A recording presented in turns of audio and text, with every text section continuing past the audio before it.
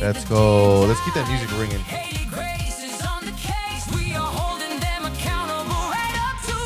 It's the Americanos Podcast, pushing back the status quo. We're moving forward fast. Con Anthony Cabasa, we're bringing you la verdad. Conservative and proud in every ciudad. Americanos, stand up, don't follow the crowd. Say go. it sin filtro, say it out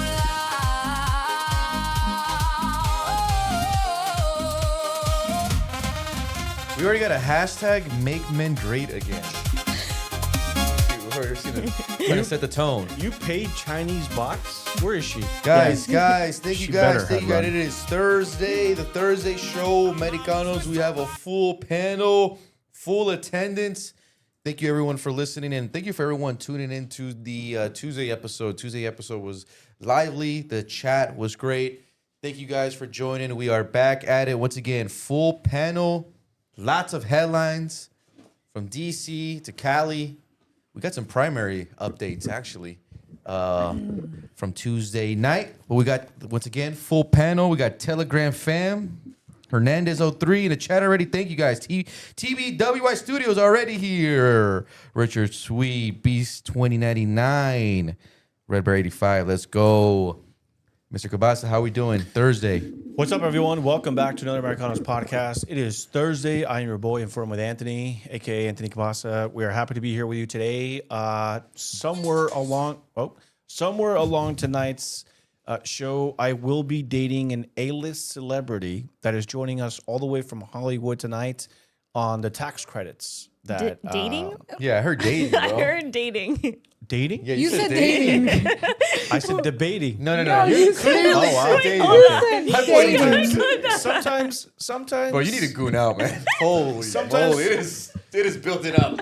It's building up. Sometimes my mouth cannot keep up with my mind. And this tends to happen on Telegram where I think I'm saying something, but I write something completely different. Honey, if you're watching, I am not dating anyone.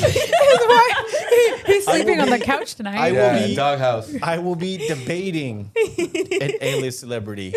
And she's joining us here tonight, and we will have Yeah, we got that talk a little later. TBWY Studio said, Anthony cheating on the wife? Question mark. Nope. That's how we're starting off. 3 minutes in, No, huh? bro. Oh my Honey, God. don't believe the Jewish propaganda. It was out of your mouth. No, this is a conspiracy. Guys, we're still at the intros. Haley.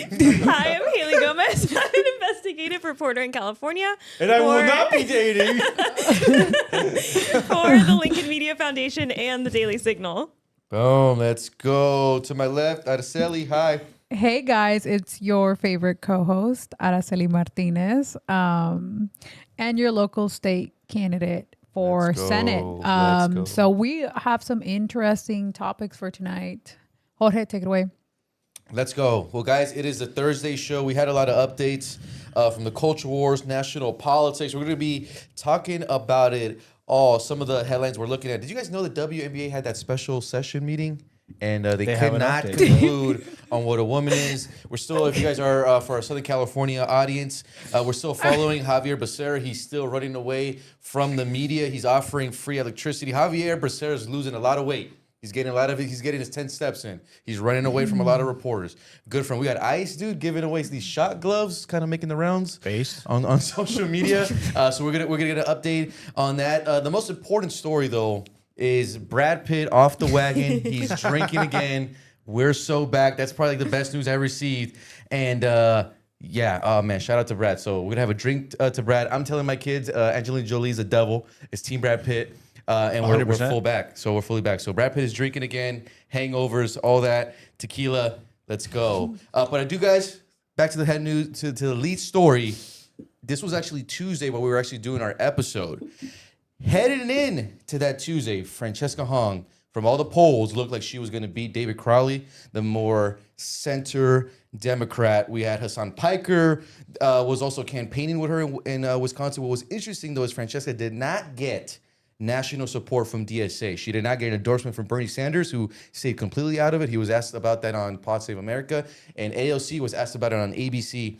Both did not extend their support to Hung. And what was interesting, guys, is when she started kind of climbing up those polls, credit to Republicans. They did do their targeted ad very, very effectively. They got some of her, those cringy statements of canceling Thanksgiving and all that, and just blasting them out to national media. It seems like that did enough. But I want to start off there, guys, before we started talking about our other sub stories. But right there, what do you think, Anthony? The headline from Politico was DSA hits a wall in Wisconsin. Yeah, I think that what ended up happening was the Republicans kind of woke up and saying, like, wait a minute, we're kind of getting attacked on all fronts. First, it was kind of like a mayor here and there, maybe a city council member here and there.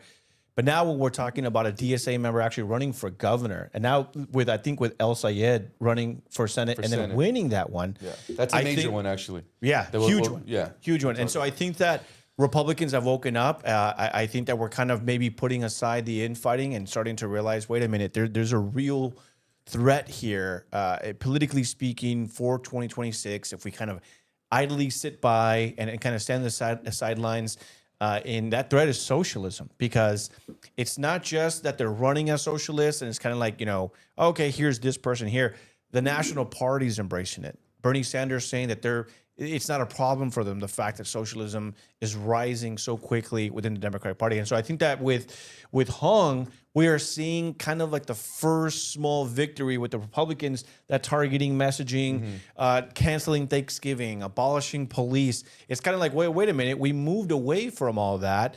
Why is this still a problem? And I think also one of the things that Republicans have done really well, especially conservative influencers, Republican influencers, is that they're starting to really blast Hasan Piker, his beliefs, the things that he said on these streams, talking about how he can't wait for the right race to be erased, essentially. He can't wait for minorities to take over. Yes, this is a socialist takeover, but this is also like a brown people takeover, like a Muslim takeover.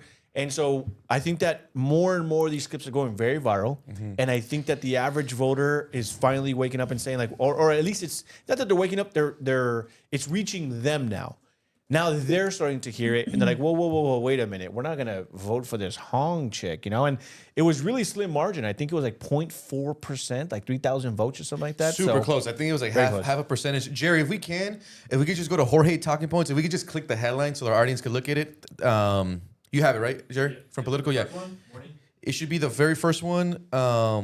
Just Jorge Talking Points. It should be even some progressives are happy about Hung's loss. If not, let me telegram to you. I just want the headline up for the audience so they could kind of get the visual of what we're talking about here. Haley, what were your thoughts from Wisconsin? What was interesting going into that, there was a tweet that went super viral. I forgot the PAC, but there was a Republican PAC that blasted like millions of dollars in support of Hung. But this is what in the strategy of elevating her to then have her defeated by Crowley. So just what's your thoughts on this? It still was very close from Wednesday. Yeah, I think the, AOC stepping aside, and you said Sanders as well. Was that Sanders stepping aside? I think we kind of talked about it on Tuesday a little bit of the strategy that, DSA wants to maintain that central talking point. So they don't want to go over too much to the normal public to make it seem like they're way too progressive that the normal voter isn't going to appeal to.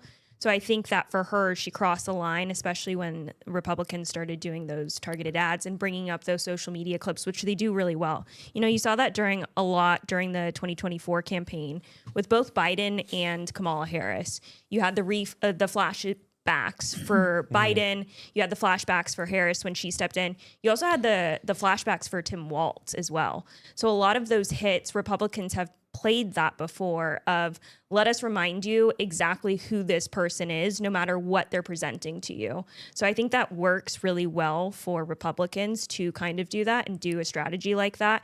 I still think that they're going to have a hard appeal with, some of the DSA members that have that central talking point and already have that coverage and have already covered their tracks to kind of hit them with this kind of talking point, because then their questioning from the DSA side is going to be like, okay, well, what have you done for affordability? And it's going to point back to that. And so I think that's where Americans are going to get that frustrating point of like, well, yeah, we aren't seeing anything on our end. So what do we do?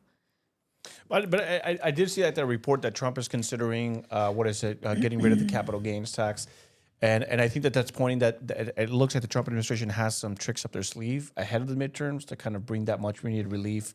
And you know, people tend to forget if it's right around the election. I remember when was it, back in 2024, President Biden. In order to like kind of swing some of the votes in some of these swing states, he upped like the amount of SNAP benefits to people. So he was just kind of giving them like, hey, vote for me. And this is the way your SNAP benefits are always going to look like, you know. But I will just say that also this is a strategy that Republicans tend to do. I've been working with the GOP since 2018. Is sometimes, to your point, Jorge, they elevate the crazy because it's much easier to beat the crazy. And so I actually don't know if this is going to be a good thing for Republicans in a general, because now they've got a moderate. It actually backfires. So the point of this PAC, it's a progressive PAC, but all the dollars are coming from Republican donors. So the goal was to have Hung beat David Crowley, right? And then obviously that's an easier battle with Mike Rogers. Now they have the more centrist Democrat who's like walking back everything that Hung said. Also, he's like clearly saying, I am not campaigning with Hasan Piker. Before I actually get out of Selly's take.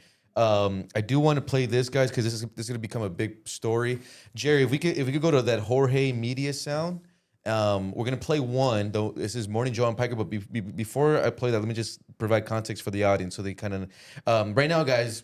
Please, the Dems are going through their own civil war. The right has done this many times, from Tea Party, then more of the populist movement in 2016 and 2020. Maybe we're seeing a little bit, but the Democrats they haven't had this civil war yet. It's been brewing for years and years. It's all started when DNC took out Bernie Sanders, and it's been brewing. And now that moment is coming. It's clashing. And at first, the Civil War first starts in the media, then it'll extend into politicians. But for the Dems, it really actually started off with the politicians, with DSA candidates, AOC, and many more.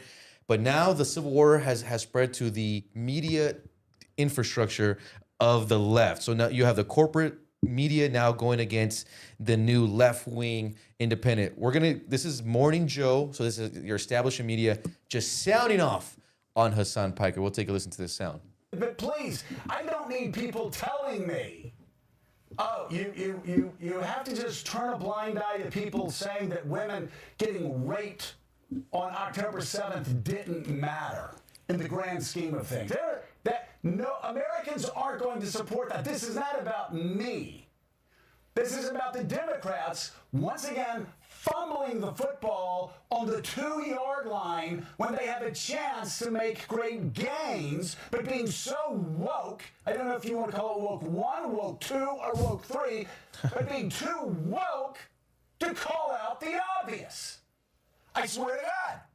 It's weird, it's crazy. Don't you be swearing on my And Lord, we're Jim. even having this conversation. If somebody says a woman being raped doesn't matter in the grand scheme of things, it's okay to call that person out and demand that candidates distance themselves from those people.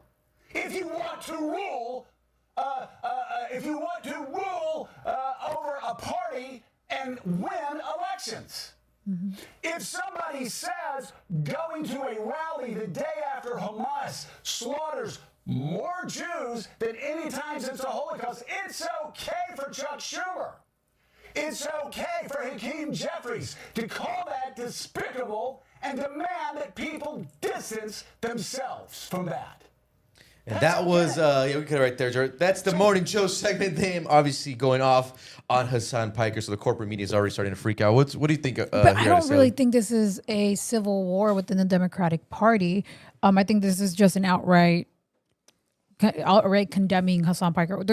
Nobody in their right mind would want to align themselves with him just because of all of the extreme rhetoric that he said. I think it's ridiculous. But you're right. Liberals are not right-minded. They're not right-minded. But realistically, like Dr. 61... the Abdul guy in Michigan just campaigned with them. He had no problem, and he won. And the problem is with liberals and what they're willing to accept in order to win and in order to get ahead. But 61% of the Democratic Party does believe that the DSA should be part of the Democratic Party. I think 1/3 of Democrats actually identify as socialist. So you can't excommunicate 1/3 of the Democratic Party. It'd be a lot worse than the fractions that are trying to that are with the Republican Party is having, because like even the America First Party is a lot smaller than 1/3. Democrats, you can't get rid of, and you won't get rid of 1/3 of your party, not knowing, especially when they know that if they do, they will lose. They will actually start to lose elections, so they're embracing it. Not to mention that what the socialists and what the DSA is pushing is an extension to what Democrats have been pushing for a long time. It's all of the welfare programs. This is how they gain votes. This is how they win elections. This is how they get reelected. So I don't see this necessarily as a civil war. I think condemning Hasan Piker is the bare minimum of what you can do. But I don't see them actually trying to get rid of the DSA within their own party. Not when it's so popular, not when it's winning them elections. And if we can, Jerry, let's play that Jorge Media sound too. This is going to be actually, guys, Hasan Piker. I think one of the actually talking about a little bit about the media scrutiny that he's been receiving from the corporate side, and that he's feeling lonely. I think one of the worst aspects of this is how lonely it is here. I'll be honest. I have my community. I have this movement broadly, but like everyone is obviously busy with their own thing. But it does suck that there are very few like candidates, politicians. They love what we have to bring to the table. They love the fundraisers. They love the rallies. But it does kind of suck at times. And same with media. Media loves giving me coverage, but there's no pushback against this shit until it's going to be far too late. I think one of the worst aspects of this is how lonely it is here. I'll be honest. What do you think here, Mr. Anthony? I think Hasan's influence is too big. He has around 3 million Twitch streaming following. He's going to be campaigning soon for one of these DSA candidates again. It's just interesting. We're seeing kind of the Twitch streaming, kind of how that's impacting the corporate establishment media on the left, and it's like they don't know how to react to it. To be honest, guys, I enjoy watching the boomer anchors freak out, so I don't mind that. Yeah, I mean, I think that, again, Hasan Piker, is he problematic? Yes, he is. I think he does remind me of Nick Fuentes in the sense that I do believe that he also says a lot of things just for the shock factor, similar to the shock device that he has for his dog that to stay in place. If you know, you know. But I think that what it is that kind of what Araceli was talking about. Maybe it's not necessarily like a civil war, but I think that DSA has seen its opportunity. 2026 is really ripe for the taking for the political party that can make this about the economy. Because unfortunately, Donald Trump ran on 2024 to fix the economy, and the economy is just not there yet. So we're continuing to have this economic problem. And Matt Walsh actually talked about it, and I was actually trying to see if I can pull it up. Who was it? Tucker Carlson. I just listened to it today. He replied to Ben Shapiro, and he actually read the Matt Walsh. I can't find it right now. I even typed it into his thing, but basically he was talking about the most important conversation that we should be having among the political right is holding our politicians accountable and asking what the hell is going on about the economy. What is going on? You guys ran on this in 2024, and the reason why socialists are winning. And even Tucker Carlson said this. He's like, you don't have to like socialism. I'm not a socialist, but they're selling you the economic message. And the economic message is we will make things cheaper for you. Now, the policies are not going to work. It's not going to be, it's not, socialism, no way, no how. But the reality is that for all the normies out there, when they hear these talking points, it's going to resonate with them. If they're hearing, I've even seen, there's a couple of like liberals that I follow on Instagram. Some of them are like these free Palestine people and this is that. I've even seen their messaging shift a lot in the sense that now they're using phrases like America first. Vote for Democrats, vote for socialists, vote for Muslims. We are anti-Zionists. We are anti-Israel. We are anti-wars. And we are truly America first because via socialism, we will redistribute Americans' wealth, the top 1%, and make sure that Americans are taken care of. And so it's been kind of shocking to me to see kind of like these very leftist, pro-Palestine people seemingly hijack our platform because it hasn't been working out. And so with Hasan Piker, it's going to be hit or miss. I think, like I said, the reason why it didn't work out for Hong is because I think more and more there's less conservatives fighting each other. And now it's like, hey, we need to be pushing out like, dude, we have socialism right here. This is a much bigger problem than a debate between two people about who killed Charlie Kirk. That's just the reality. And I think that the more Republicans start pushing, like, dude, these are what socialists are running on, I think the momentum will continue to die down. Not everywhere. Also, we got to kind of take a look into where is it that socialists are winning. If it's already like a very left-leaning district, we shouldn't necessarily be shocked when like the Mamdanis win. It's New York City, right? But in these battleground states, I think that's where it matters. But that's also where we're seeing people like Hong just kind of lose the momentum because I think that they're and to your point, Haley, you were talking about how we're not going to be able to kind of dig deep through these candidates running a socialist because I actually just saw like a report that El Sayed had his team scrub his social media. Yeah, you were telling me that. Oh, well, there you go. You were talking about it because you heard it from me. But yeah, but they're deleting their social media because they're looking at what happened with Hong. They started digging up all her old stuff. But even like the legacy media was asking her. I was kind of shocked. She was going on like MSNBC and they're like, do you really think like Thanksgiving should be abolished? And she's like, well, I used to be a chef, you know, like, you know, and so well, because if they abolish Thanksgiving, that's less holidays for people, less days off. And less food. And less food. That would be a tragedy. Yeah. So that's Imagine kind of America getting a little skinnier. In Michigan, El Sayed, I remember on the campaign trail, he actually kept saying, he's like, I want foreign money out of politics. I don't want money going to Israel. He's like, we're running the America First candidate. And then someone asked him, oh, do you support money going to Egypt and these other like Arab countries? He's like, no, America First. So they've hijacked that. Yeah, exactly. To your point, before we kind of get the panel to react, just because we are talking about the issue of socialism, this is actually, if we can, Jerry, I'm sending this in the Telegram right now. This is new sound from Vice President Vance talking about, he's actually warning Republicans about don't just be throwing slogans at people. Take a listen to the sound and then we'll react to the panel. My fellow Republicans would be, if we don't get this right, don't blame young people for being sympathetic to socialism. We've got to blame ourselves. And I think what is so unique and refreshing about Donald Trump's economic policies is that it's not the same old economic, ideas that you would have heard 30, 40 years ago. He's talking about rebuilding our industrial base, rebuilding the heartland, making our streets safer, making it possible for young people to afford to buy a home. This is how you stop socialism. You don't stop socialism by throwing slogans at people about the free market. As much as I love the free market, you stop socialism by making people's lives better. And that's what we're trying to do every single day. And my warning to my fellow can't Republicans just say that more? If we don't get Right. right, Like, it's don't blame so young people for being basic. sympathetic. To Real quick. So I gotta found the blame Matt Walsh quote. And It's I really think we're quick. So this is what he had to say. And this got like 5 million views.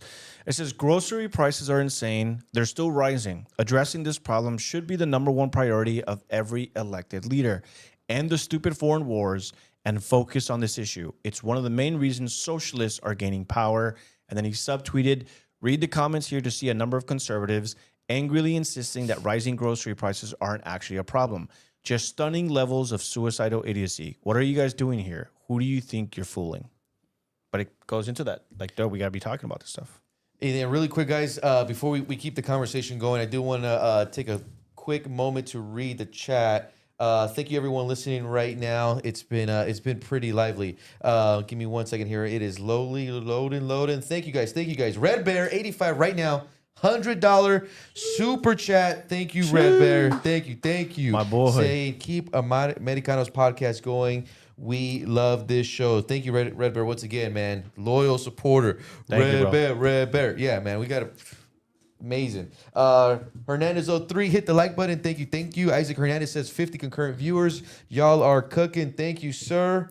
Yes, sir. Thank you, sir. We got Jerry Guevara. Hola, mi gente. Is there going to be a debate tonight? Yes, right? Yes, there is. 9 o'clock. We'll do it right at 9. 9 o'clock. That's how we're going to sell it. I feel So if you like gotta put your it's kids to way too sleep. serious. Yeah. 9 o'clock. We got an A-list celebrity here. She's been waiting patiently. I to guess that debate you me. were dating.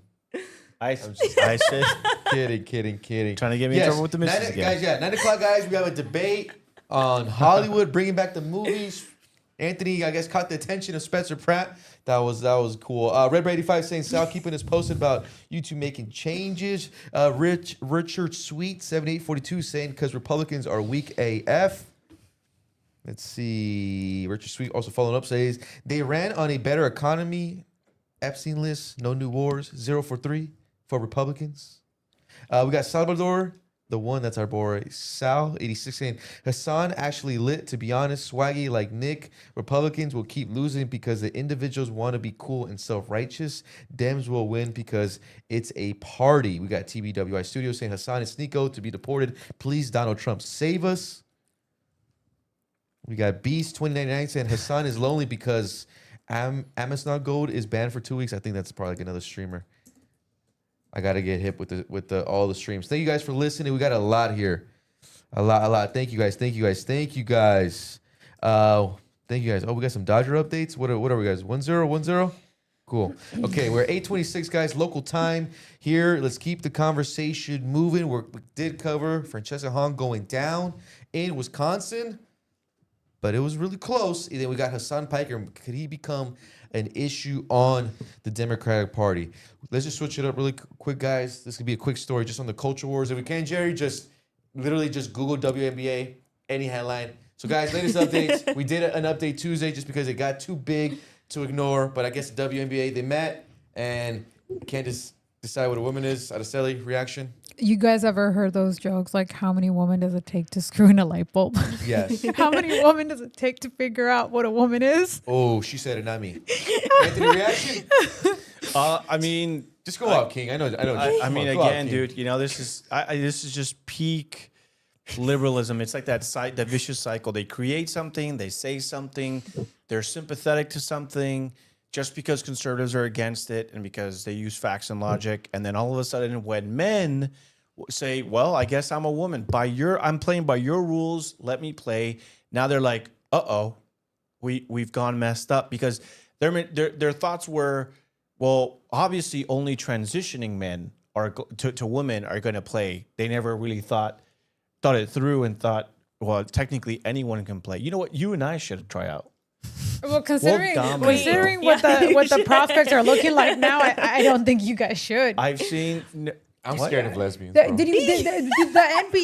NBA players are now signing up to play for the WNBA. No, I'm saying we're gonna play with them though. Yeah. We're gonna create a whole new team. you guys are gonna I'm gonna get a wig and I'm gonna So turn what if into a everybody in baddie. the NBA now just decides to play at the We're gonna WNBA be like the too? conservative wizards or something. It's You guys could be the water boys. The conservative grand wizards. It reminds me of like Dodgeball. You remember that movie? No one's getting my joke. I said the Let's get that conservative movie grand cover up, wizards. but Joanna, man. We'll be Juanita. Like the Ku Klux Klan. What happened, bro? The grand wizards. Sorry, bro. What? Really We've quick, got a guys. lot of super Hold on, chats. yeah. Jerry Guevara, thank you. $49.99 super chat. Thank you, Mr. Guevara. You gotta read the chat. Anthony Cabasa for governor. Campaign Yes. motto: The Crusades 2.0. Let's go. I like that. We got Philosopher 117, $10. Thank you. Says I found like this that. podcast randomly. Glad it's a thing. Been watching Jorge and Anthony since the COVID years. Damn, Vámonos. bro. That was like 7 years ago. Man. Oh. You know, I was actually looking at some of those photos, bro. The young buck. Man, guys. You were so skinny back in the day, bro. Oh, fuck you. That's crazy. He meant that I too. know. I was like, is this AI? I'm going to have to do like a 75 hard challenge and come in here looking better than... No, we should do it. You guys should do it. Like, make it part of like the subscribers I like how we went only. from we to you. No. It's about you. You This guys is should about do it. your Do it transformation like challenge. subscribers Yeah. only. Hey, I can join you too. Let's do If that's Anthony what you Fat want. Challenge. I can do like 3 push-ups. Anthony Fat Challenge. You have to lose 20 pounds, bro, by... Why does it got to be called the Anthony's Fat Challenge? I identify as a skinny... Okay, granted, Legend. Araceli did say we at first. Yeah. And That's the only He did reason. say That we. is the only reason I said we we, do so I a can we? make him feel better. But now it's you. we We'll do call workout it that. Now I agree with Jorge. This is what I get for trying to be nice. You know what I'm gonna do, Jerry? Next episode, bro, we're gonna bring that photo, and that's gonna be the lead story. Anthony, you looked amazing in that photo. It was my photo where I was going away before my Daily Caller internship. I still look amazing. What's wrong? You were nice and the chin was chiseled. Oh, you're such an What? ass. You're just. He's had 4 kids. Leave You're him walking. alone. You're walking home. Taking an Uber. Anyway. Okay, let's keep it going here. It's 8:30. We're 30. He's not fat. He's full figured. Guys, we're 30 minutes from the great debate here. I'm reading the comments.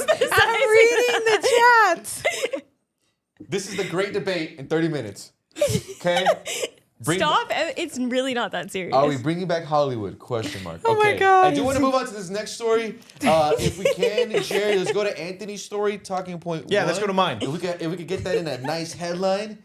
These break these down, bro. These are these shot gloves. I do have to say, one of our chats did already say, hide those shot gloves from Hasan. I think they're referring to the dog. Yeah. So just for the audience who doesn't know. Sal said Anthony's got some childbearing hips. What does that mean? That is But he's full figured. Yo, that's a comment, huh?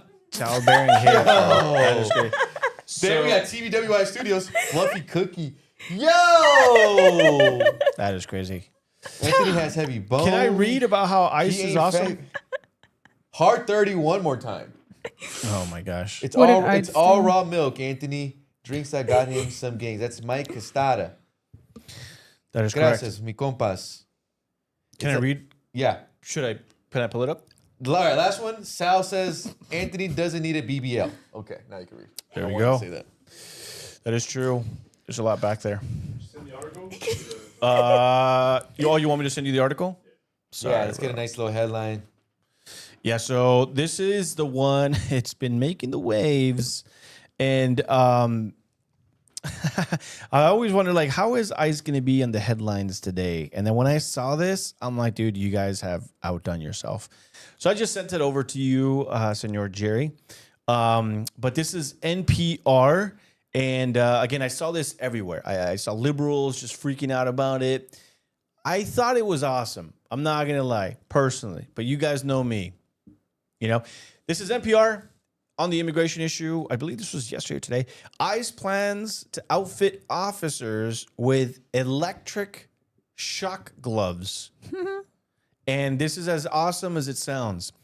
Immigration and Customs Enforcement is planning to give its officers high-tech gloves that deliver electric shocks to people they're trying to detain, according to plans posted by the Department of Homeland Security this week. The agency could spend as much as $20 million on the gloves made by Compliant Technologies. I love that. Compliant Technologies, because you're using the gloves to get illegal immigrants to comply. Get it? Compliant Technologies, a veteran-owned company based out of Kentucky. The device is called the Glove, an acronym that stands for Generated Low Output Voltage Emitter. And when a small button on the wrist of the glove is activated, it delivers an electric shock when it touches the skin, and it is similar to a taser. But unlike a taser, there are no prongs that emerge and break the skin. Bro loves the story. Oh, dude, if I wasn't doing this, I think I would be in ICE right now. Like, just, I'd be the Rolex ICE agent, you know? Just iced out, bro. Oh, dude. Now, are they giving these to the ones that also beat their wives? I'm kidding. They don't do that at ICE. Hey, I only hire the best of the best, I heard. Only hire the best of the best, bro. They only hire the only best of the clean best. background. I mean, I don't know. What do you guys think about this? I personally think, this is kind of. I'm not gonna go full like Anthony, but I mean, my Telegram already knows what I'm thinking about. I do actually have a great montage video of those gloves, Mr. Jerry. If you go to Telegram, we could play this with no sound while we're talking. Basically, guys, it's that shock glove in full effect. They just as soon as you touch it, They go right down, bro. straight to the ground. So, what do you think here, Adeseli? Wife beaters and electric gloves. Should be a great mix, huh? As long as they can't take them home, I think it's a great idea. Then you can't get mad at them for using their guns, right? They now have an alternative that is not lethal. If you're running away, I haven't watched the video of how they work. Playing the video of how they work. I want to watch. I want to watch that. Yeah. I definitely think it's a better alternative than a gun. I don't want to hear people complaining because now they're not using a lethal. I wonder how it works. Like, if you're like in Minneapolis and it's snowing out, and so like your car is like made of metal, and so it's like snowing and it's wet, and then like We should get one and test it live. someone's about to like We're gonna get so many views, Anthony. someone is about Anthony. to hold on. Okay, this is what we can do. I'll be the ICE agent. You be the crazy. No, because then it's men you're right. abusing women, right? No, But if no. it's a woman abusing a man, it's okay. Equal lefts, equal rights. Hold on. That's why equal rights, equal fights. Right. Okay. This is what we'll do. So we'll buy the gloves. So we're gonna use today's donations to buy the gloves. And what we're gonna test is we're gonna pretend that we're in Minneapolis. You are one of these crazy liberals that's following my vehicle around, blowing the whistle, right? And let's just say your name rhymes with Shrenesh Good. Let's just say your name rhymes with that. I tell you to stop following me around. You're like, no, I'm gonna run into you. And then we make sure the car is wet. And then what I'll do, I'm not gonna shock you because you're inside. You're shocked the car. I'll shock the car and we'll see what that looks like. What if it doesn't even do anything? It's a risk I'm willing to take. And then you're gonna die because you're gonna get run over by a car. No, you're not gonna you're not gonna do exactly what Renee did. Oh, all of a sudden we're not. You're not gonna exactly. You're gonna pretend you're running into me. I think I should definitely be the one that shocks you. Okay, chat. Maybe producer Jerry, you can go ahead and put that up in the chat. Should we buy the gloves and then I pretend to be the ICE agent? I'll have like the mask. I go Can you put the poll on who should be on the receiving end of the gloves? Me or Anthony? Yeah. Should we have Araceli get tasered or Anthony get tasered? We should just have like an actual ICE agent come in here and tase you. And then we watch it, we live stream. I know exactly who I'd be honored to get tased by. Who? The wife beater. Gregory Bovino. Bovino. Have Bovino come in here, put the shock gloves, call himself the shocker. Wait, no. Hold on. Yo! I don't want to get the shocker. Clip that up. I don't want to get. That went over the female's head, but I got that. No. I don't want to. I don't want to know. No, I don't want to get the shocker. Like Gregory Bovino. No. Hold on. Good for a week, bro. You can't. How much are the? I looked it up. You can't buy it. You can't buy them? No. Oh, we'll get our hands on them. So Red Bear said Araceli should go around shocking weak men and making them stronger. Stupid. I Shock gay 100% think I should do that. Shock the gay guys you hang out with, and they're like, "Oh, electroshock therapy." You know what the worst I'm not part gay is? anymore. You know what the worst part is? Even the gay guys that I hang out with behave much better than liberal men. Like, we're going out. None of my female friends we're opening our own doors. We're completely safe. They're making sure that we're safe. We don't pay for dinner. We don't pay for our drinks. And that's that's unsaid. Go out with liberal men. So are we splitting this 50-50 or Imagine being gay. your dish costs like 15 cents more than mine. Can we like split it? Can we pay what we got? This is the world that liberals want for us. This is Stop. the world that they want for us. I'm It's just saying. It's not a world I want to live in. Let me tell you. Well, then if conservative men were better at influencing younger generations, this is Oh. not Tell him, man. the world you would have to live in. Tell him. We need more Tell him. Charlie Kirks. Then I wouldn't have to have. Tell him to stop listening to Andrew Tate. Tell him. God, I hate Andrew Tate too. Go off. Anthony, what's your response? I'm looking up the gloves. I'm still trying to You find can't out how buy we it. can buy. How much are the gloves that Compliant Company sells? Bro, you're not going to get a shocker. You dog. can't get it. I'm gonna. It says you can only sold to only verified law enforcement, corrections, military, security, EMS, and other vetted agents. They I see- cost bro, between $1,395 to You could $2,500. probably get one, bro, with... 100% we can get them. 100%. We can definitely get these. We're only short about $1,000. Oh my God. Guys, I'm losing this poll. of course you're losing the poll. I have an army. They really hate me. I have an army, bro. What do you want? Okay, do you want a strong conservative man? But this just proves my to point. This electroshock proves my therapy? point. Because are you a strong conservative man if you want to shock a woman? This is the For problem with conservative men. informational- Go off there, Sally. For instructional purposes This is only. how we and my poll's getting worse as I speak. Call these men weak. You're not understanding. The idea of having a woman do that to a man to submit before you, that's a feminist ideology. So, of course, people want to see the conservative man have the woman. So hurting women is a conservative ideology. Who say anything about hurting you? I'm not going to hurt you. Isn't shocking We just me watched- with electric gloves is not hurting me? We just watched a montage of people doing it for instructional purposes. I didn't watch the montage. Where was the montage? What were you doing? You've got 2 screens in front of you. What are you doing? I'm watching myself.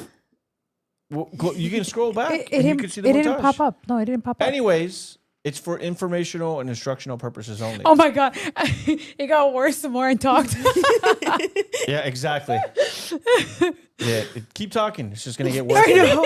At this point, I might as well. It'll get to the point where the chat's gonna pay for the ones where like the little knives come out. They're just like, bro, just get the electro knife pepper spray gloves, all 3 of them, and then just blast her, bro. You know? Okay, but this is proving liberals' point because liberals believe that conservative men want to hurt women, and now the conservative men in the comment section are proving it with the poll.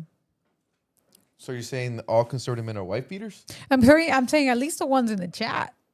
Anthony, I'm gonna watch this poll's going to get So worse. this is the problem with feminists. Yeah. I don't know. Wait. No, Not hold beating. on. Hold on. This is a dangerous path. Can you let me talk? Excuse me. No. Excuse me. I'm speaking. I'm speaking. Excuse me. I'm speaking. Okay. Clock that. Anyways, this is the problem with feminists like Araceli. You're not listening to the words that I am speaking. Tal vez si te lo digo en español. A ver si me Pero entiendes. ni hablas español. Somebody had to do a podcast where they switch over to English, and that wasn't me. Anyways, girl, we can go there, okay? Don't record that. That was gay. Anyways, so what I was saying was this is for educational purposes only. Strictly for educational purposes. Do you understand that? This isn't like me actually shocking the shit out of you. I'm not trying to kill you, Araceli. I know you think I am, but I'm not. I'm just trying to teach you a lesson. Oh my God. It's going to hurt me more than it's going to hurt you.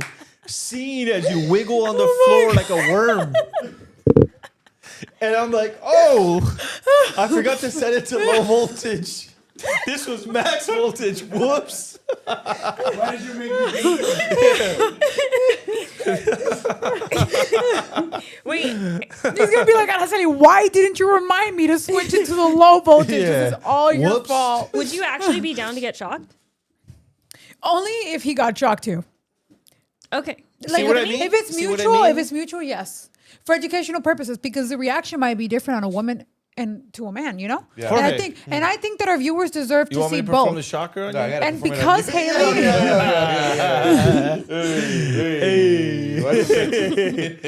I'm so shocked nobody else understands that. know. Just you and me. That was going over everyone's Such a dirty boy. It's 8:44. Break some time. Yeah. We're 15 minutes from the great debate. Jorge, shut Why are you up. so scared? Don't be scared of me. I'm not scared, but you keep giving me this up. Haley's cracking under pressure already. Jeez. I'm not. Anthony for president. Let's go. Yeah, let me read some of these chats. Hey, we got 45 concurrent viewers. The chat is going crazy. We got TBW Studio saying Jorge's gayness affecting Anthony, Kristen Sarah, LOL, Ivan the Elite, a la verga, Red Rating 5. Anthony's a strong man. Jerry Guevara, Anthony for presidente. It seems like we're gonna get a lot of Anthony for president hashtags. Oh my gosh. TBW Studio says update since Tuesday stream. I have commented on Jorge's last 2 posts and texted him. Still no response. Dang, Haley Jorge. is the star of the show. TV, you have a Dang. different name on Insta, so I don't know who's you, who's not. Just DM me. I'll follow you back. I promise. I'll shout you out. All the good stuff. Jorge thinks he's too famous. That's why he doesn't even. No. He doesn't bother. Didn't you guys just do like some working out videos together? That was cute. Yeah, you know what working out is? I'm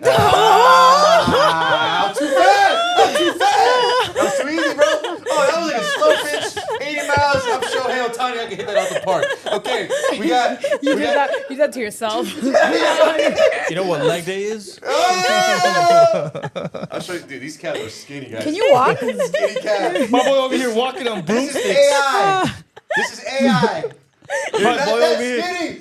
My boy over here walking on broomsticks, bro. Hey, those are AI. They're a Man. lot fatter in person. It's AI. All right, hold on, guys. Good on. We have a lot. We got Getty Guevara saying Araceli showing her true colors. Ya sabe. Red 85. Haley jumped in and defeated Anthony. Damn, bro, they look even skinnier on the camera. Isaac Hernandez. Peak How do you women not jump into conclusions. break your legs? We got Sal. We don't hurt women. We discipline. It's for their own good. That sounds like you beat women, bro. Guys, Bear the rod. God. Look, guys. I get it, chat. There's a lot of degenerates that watch this show. Trust me, I'm one of you. There's a lot of degenerates. You guys, you can't be admitting your domestic violence charges on the chat. All right. Oh my God. Why do so many wife beaters follow us, bro? Why does conservative just translate into wife? Where is this? You think my wife would still be with me if I went home and just beat the shit out of her? I don't even every know if she night? has a choice. Richard Sweet. She just wouldn't be home when I get home. Richard Sweet. She would just leave. Richard Sweet says, if Anthony gets shot, we riot. I like that. Let's go. That's actually like a sick shirt. Yeah, That'd be a good I was shirt. just about to say that. It's like a pretty good shirt. We got like this, Anthony, help me out here. A gift? What is this thing? A gift like a little trophy. Yeah. It's like the 1,000 jewels, bro. Remember I told you about that? How much? 1,000 shekels. Thank you. Yeah, this was when you went We boomer. got How shekels. much 1,000 shekels. 1,000 shekels. 1,000 jewels. Yeah, Jerry Guevara saying, holy shit, Jorge, my brother with polio has bigger legs than you. Oh, Jerry Guevara with a banger. We got TBW Studio says, insert SpongeBob leg memes. Crosmo. You do have SpongeBob leg meme. I do. Crosmo says, conservative just means gay in disguise. Oh, Sounds like projecting. That kind of killed the vibe. Redbird 85. Jorge has some beautiful legs. Thank you. And then Now that's gay. Alonzo coming in, 5278 says, Anthony the GOAT. Even Sal says, we not wife beaters, bro. We kickbox trainers. So he's kicking his wife, too. Kickboxing is wife. Thanks, guys. It is 8:47, so we're 13 minutes for the top of the hour. Let's keep it moving. We do have to touch, guys, because we are in California. This is Anthony's story. I don't know if you could get to it, Jerry. It's that number 2 with Javier Becerra offering free electricity. I believe this announcement was yesterday. And as you guys can imagine, it went extremely viral on X. I just want to say, I don't know about this guy's social media game, but like every tweet, anything these guys put out is just getting like heavily ratioed. They need help over there. They need some propaganda. With the Becerra era people? Yeah, like they're getting ratioed on like everything I'm reading. All right, Anthony, hit us on top of this story. Yeah, Jerry, I just sent it to you over on Telegram. If you want to play that audio, this is Mr. Javier Becerra, or as my good boy, Joe Biden, former president. I kind of missed, I'm not going to lie, kind of missed that guy. You miss him? Kind of missed that guy, dude. You know, I miss the ice cream eating. I know. Yeah. He's like, I remember one time they asked him like a bunch of questions, and he's like, he did not care. Ice cream. And I'm just like, bro. Do you remember when Kaylin caught him sniffing the kid? Oh, yeah. Dude, okay, you know that what's was one of my favorite crazy. rants of his? I forgot where he was. I don't know if he was back in Scranton or whatever, but he was like with a bunch of black kids. And then he's like, I remember I used to be at the school and the kids would come out, they would come under the pool and they would run their hand up my hairy leg. I remember that one. Yeah, remember? Yeah. He's like, and kids used to sit on my lap. I love it when kids sit in my lap. And I was just like, bro, somebody take away the Can you mic. imagine being his aide though, like listening Oh to him my and just being gosh. like, "Oh my god." That's why I kind of, I low-key have a lot of respect for the Cabbage Patch press secretary. What's her name? black one. Corinne Jean-Pierre. Corinne Jean-Pierre, because I'm just she must have taken like shots of alcohol before like going out to the press, because she must have like imagine watching and having to defend President Joe Biden. There was that time that he was like at the U.S. Air Force Academy. He tripped over something. He's like, "Oh, it's black," and then he just like walked away. It's like, what? Like, you tripped over a black guy? Like, and then he's like, "Oh, it's because it's black." I'm like, bro, what are we doing? Anyways, missed the guy. But this is Javier Baccaria, and he's talking about free electricity. So Californians, if you vote for Javier Baccaria, you will get free electricity. Listen up. I wanted to mention here an idea that I believe we can actually put into action within my first year, and it's what we're calling my power hour. I believe that we can say to Californians, maybe we start smaller, maybe with those who are lower income, for whom affording their electricity bill is really difficult, and we say, I'm going to offer you 2 hours of free electricity. How do I pay for that? Well, it just so happens that today we produce so much solar energy, electricity, that oftentimes in the afternoon, we can't make use of all of it. And so it essentially goes to waste, or we ship it off to some other state. Sometimes we have to pay to ship it out. Why don't we use it? And why don't we do what we used to do back in the 90s, in the 20th century? We tell people, hey, please don't use your appliances during the late afternoon, evening hour, or afternoon hours, because we need to cover for all the air conditioners and the cost of trying to take care of a hot day. And so we used to tell people, wait, or do it very early in the morning. Well, today it's almost reversed. We have to rebalance. Today, we produce a lot of energy during the hot hours because the sun helps us produce solar energy. Take advantage of it. So the best way to get you to readapt, to recalibrate, is to tell you the best time for you to use electricity today, 1 to 3. And if you do that, I won't charge you. There we go. There you go. Free power. So he's calling it the power hour, which just kind of sounds like a gay, like mixed drink, like at the club. Gay. Yeah, I mean, it does. Like, hey, what can I get for you today? Give me 2 power hours. Like, gonna be here all night. Brought my friend Jorge. And Aracelis in the back too.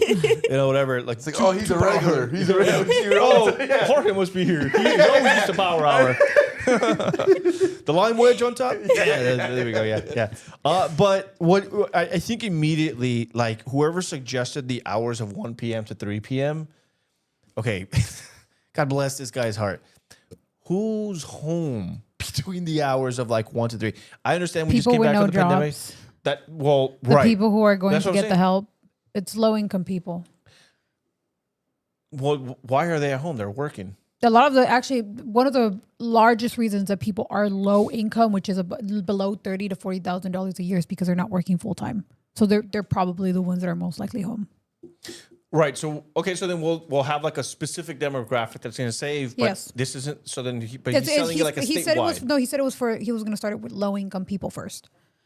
Oh, so it's not like rolling out like a. Well, he wanted to statewide? start it with low income, and then I'm sure the idea is to expand the program if possible. But the biggest issue is that he didn't give an outright plan on how you are going to do this. Mm-hmm. So there's no financial plan.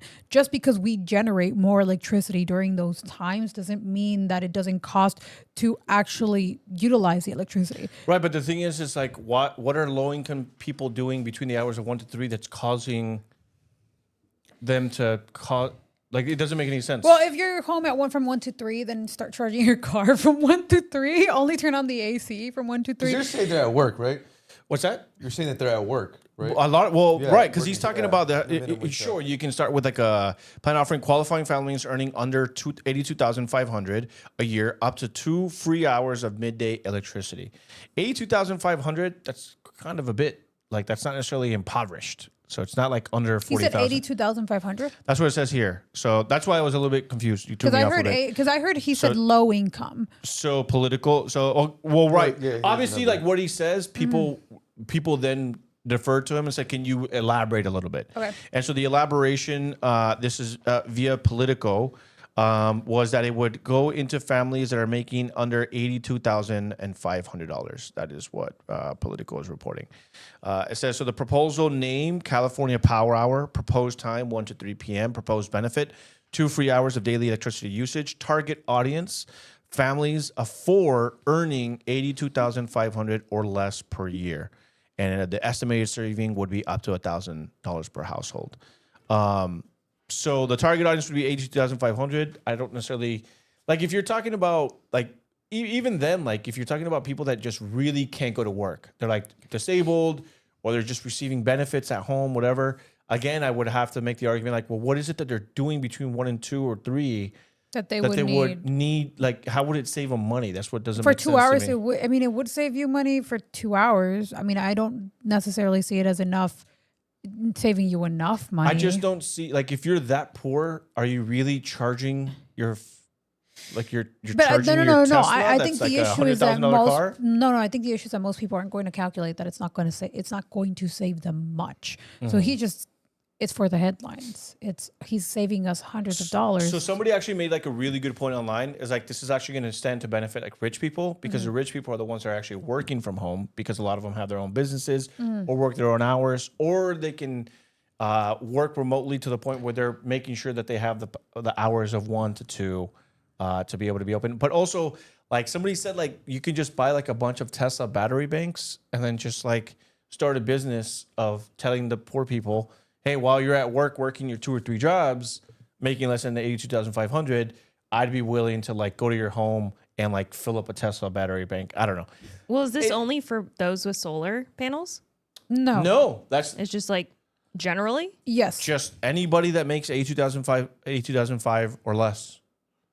But what's the breakdown of like how much is actually spent between those 2 hours? See, the problem, Haley, is that you're asking questions. Guys, we might have to shift here. We might have to It's like, shift. is it like $10? Like, is that what that is? Like, But also, Yeah, like, again, sure. it's going to cost us money to give people 2 free hours of electricity. Well, it's just redistributed. So now the bill is being redistributed amongst taxpayers. But then also, is that usually like if they start there, will they end there? Let's do an audible, guys. I think that it'll be like 250,000. Audible. I'm changing the 250,000 play or less. as a head coach. I'm reading the chat. These fools are bored. No one gives a fuck, guys. All right. Happy birthday sucks. Chat's bored. Thank you, guys. All right. Let's move on. We're getting too much into the weeds, I was saying. We're 3 minutes away from the great debate. Isn't that the point of the podcast? Yeah. I mean, sometimes it's just going to get boring. But anyways, Javier Becerra. Sorry, man. I'm Power the Hour. people's person. I'm the people's person. Power bottom, I guess. I don't know. Why? I'm just saying for him, it's like, why unveil it now? do you know who he reminds me of when he speaks? Is Harris. Really? He had that word salad of the sun makes so much energy that we save energy because the sun's really powerful. It's like the school bus one where it's like, I love buses because the buses are so great. Like, that's what it reminds me of. Her. I know, so do I. She was great. She was great, Anthony. Well, look, guys, before we get to the great debate, right, guys? It's the great debate. Are we bringing back Hollywood? Anthony, let's touch on one of your stories. This third one. It's what is this, huh? Which one? It's a bit of a heavy graphic, bro. Something trans, 7-year-old boy. You put that in there. Oh yeah. Well, I mean, we're not gonna have enough time because this one kind of gets a little bit heavy. But you want to? but also it's like we'll just wait till after. If you want to provide some context of the Spencer, how we got Yeah, here. can you? Because like Yeah, we need to well, catch people up. yeah, of course. We can kind of get into it. So I do have those tweets saved. So in case you guys didn't know, I got into a little bit of back and forth. Send it to with Jerry though, so with he can show Spencer the Pratt. audience, you know? Okay, fine. Jeez. Okay. Sorry, So man. bossy, this power bottom. This power hour bottom. Bro, I'm a So that's the bottom? first one. Damn, this guy was asking for the shocker, and now I'm the bottom. Hey, you call me fat? That's what you get. You're a bottom, not a top. We still gotta do a challenge, bro. All right, so I think it'll be like the first one I sent you. That'll be the first one, and then the reply. So Spencer Pratt and I got into a little bit of back and forth. I didn't intend for it to go that way. It was kind of like a story reply, and then I guess somebody sent it to him because obviously we both live in Los Angeles. I have a pretty big profile on Instagram. He's got a pretty big profile on Instagram. Maybe, and I know that a lot of his team and supporters follow me, so maybe they sent it to him.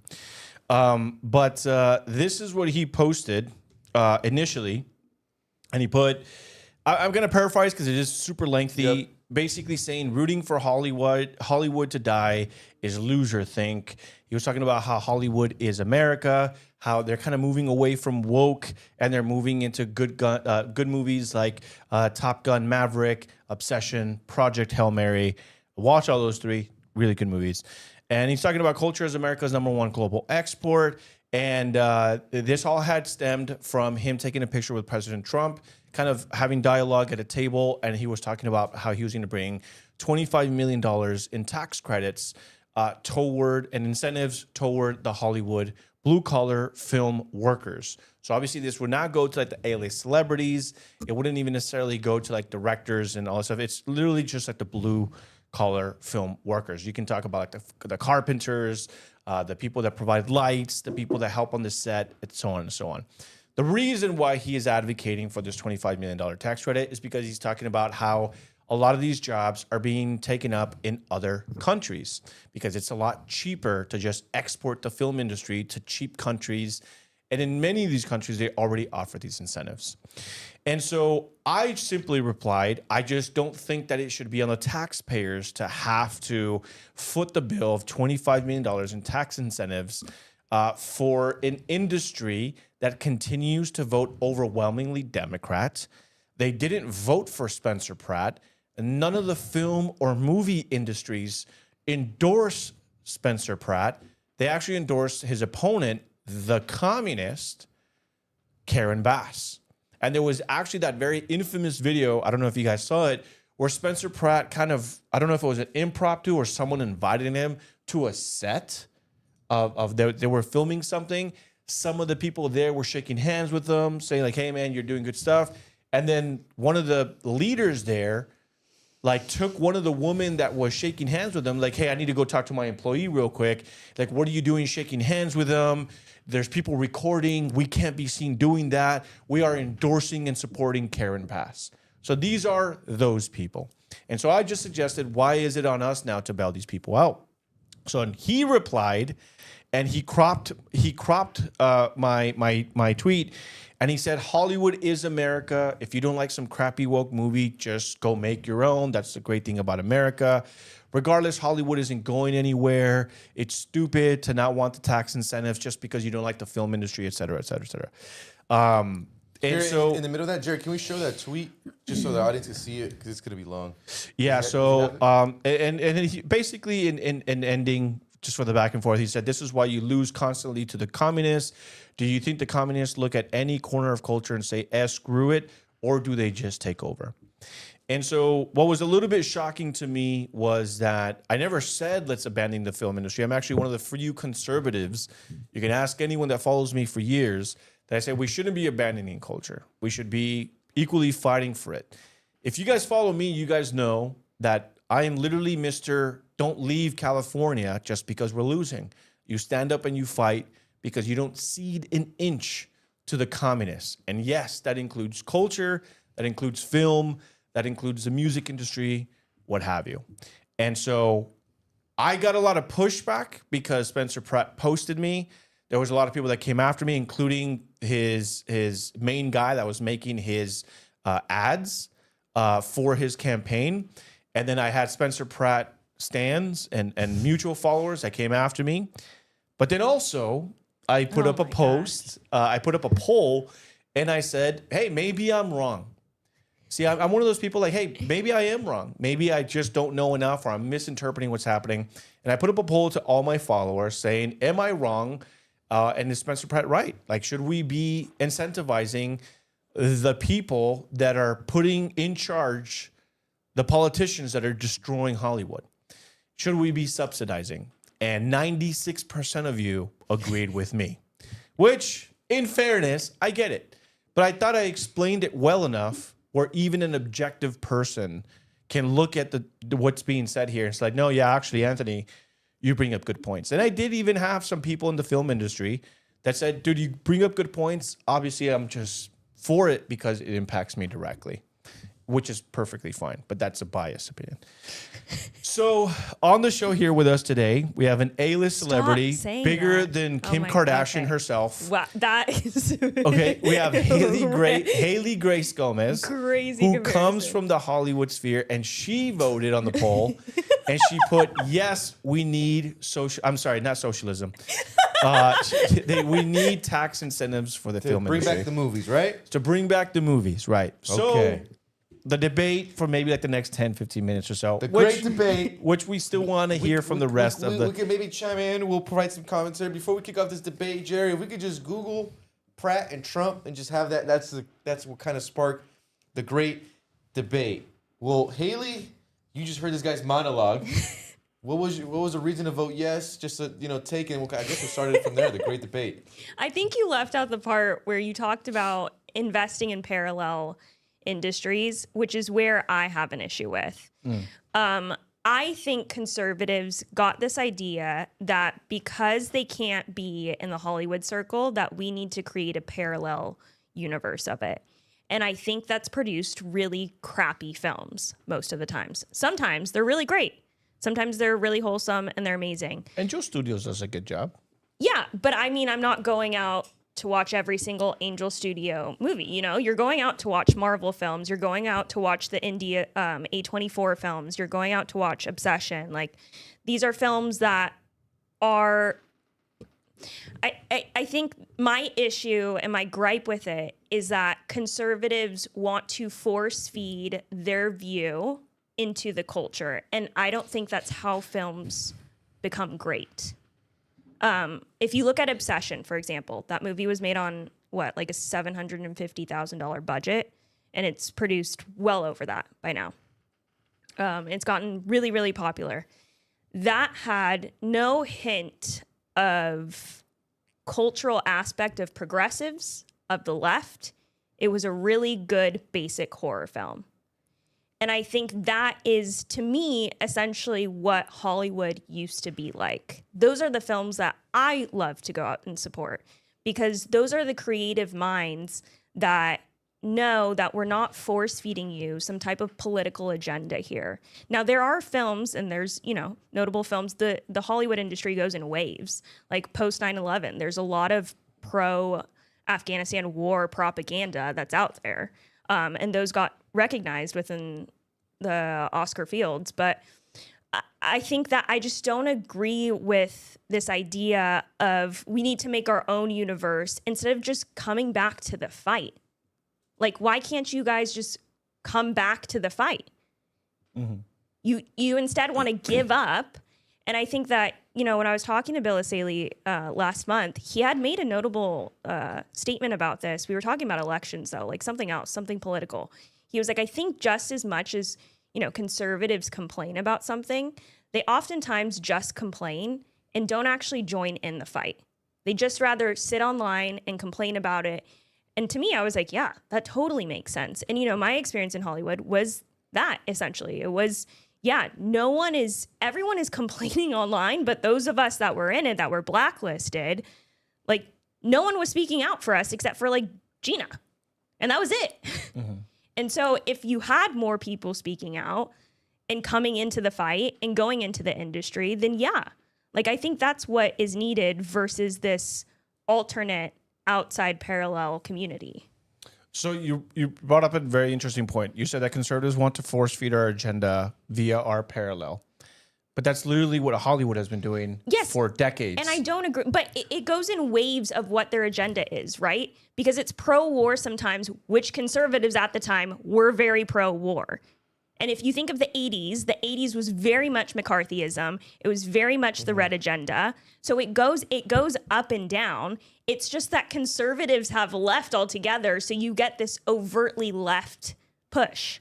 But I think that's because liberals have done such a great job of not just overtaking Hollywood, and there are studies that show it. There's a 2016 analytical that was published in which over 95% of both the film and the music industry, donations, unions, all that stuff, both vote and monetarily donate to Democrats.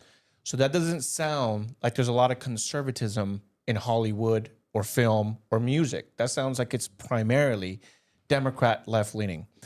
The problem is that you can't shit on conservatives and Christians and then expect us to back you the moment things go sideways. At the end of the day, Hollywood is a capitalist notion in the sense that, like, just make good movies. And if you're not in tune with culture and if you don't understand what conservatives want to watch, and that's my problem is Hollywood knows what we like. It doesn't have to be The Chosen on repeat. That's not what we're looking for. The Spider-Man movie is a perfect example. That was a fantastic movie.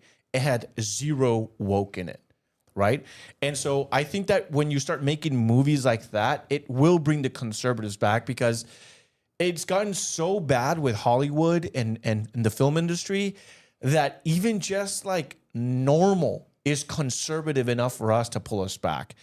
But I just don't think that it's fair to take over an entire industry, shame us publicly, demonize us, send out all your musicians and people in film to push the woke, to push transgenderism, to say that anyone that doesn't accept transgender kids, they politicize Hollywood. They did that. Conservatives didn't do that. We've been doing nothing but having reactions. Yes. Do conservatives have a problem with pushing out good films? Yeah, dude. I mean, dude, I look at some of the films that Daily Wire's come out with. You know, they even hinted at Brett Cooper coming out of Snow White. Mega fail. You know, love Brett Cooper, you know, but as soon as I saw that, I'm like, dude, I just know this is going to be cringe, because they're just busy reacting. They're not really innovating. And so I agree in that sense. But the problem is not we're here because of conservatives. We're here because of liberals. And that's the point that I was trying to make to Spencer Pratt, because he was saying, you know, this is why communists have won over Hollywood, because conservatives just want to, no, that's not our fault. You want us to watch your movies? Make a good movie. But to his point is that conservatives have left the argument of the industry itself, right? They've become so docile in it. There's no money in it. For this, for like a tax incentive, then yeah, why not have a donor that's really great, wants to start his own production company or invest in a production company that's behind like Mel Gibson's company, where it's like you can produce great films that don't have an agenda to it. And that's how this can benefit it. Yeah, and that's the problem. And that's like the other point that I made was like, you just talked about it. The height of the pandemic, the only person that was advocating for you guys was Gina Carano. You and I both know that there's way more conservatives in film and music. And so my problem with what Spencer Pratt was talking about was, if the directors don't care about the conservatives in Hollywood, if the movie producers don't, and if the conservatives don't care because they weren't speaking out, maybe some of them have. What is it, that guy, the Jewish guy, comedian? He like spoke at Turning Point last year. He comes out in all the Adam Sandler movies. Rob Schneider. Oh, Rob, yeah. Yeah, okay. So you have had Mel Gibson is like another one. Mel Gibson makes great movies, in my opinion. He does. Both as an actor and as a director. And I'm going to be supporting everything he makes, because you're right. We can't just abandon it. We got to go watch the Mel Gibson. When Angel Studios makes movies, I go out there. They're not the greatest movies, but how else as conservatives are we going to be able to fight back and just say, we just want good movies, just normal movies, no agenda, if we're not going to the movie theater? So yeah, you're absolutely right. And that's the thing is, I made that point to him. I'm like, dude, I get it. Some conservatives are like that, but I'm not one of them. We have a Regal pass. We go and we watch film all the time. It's actually like a pastime in our home to go and watch films. I've taken my oldest son, who doesn't live with us anymore, but I take my youngest son. I took my youngest, 10 years old. We went to go see the new Spider-Man. Fantastic movie. We do movie reviews. And yeah, conservatives should be jumping more on the conversation. We should be doing more media, more culture, not just from a complaining standpoint, but to me, it's also like, I feel like we've been cornered. And especially during the pandemic, you had the entirety of the film, music, and the media you had just the unions completely shitting on us. You had the unions because how dare we not want a vaccine? But even during the pandemic, though, there were actors that were picketing the mandates that were out there because they didn't agree with it. The union, SAG was actually split on it. There was some internal fighting that they didn't want to mandate it as long as they were going to.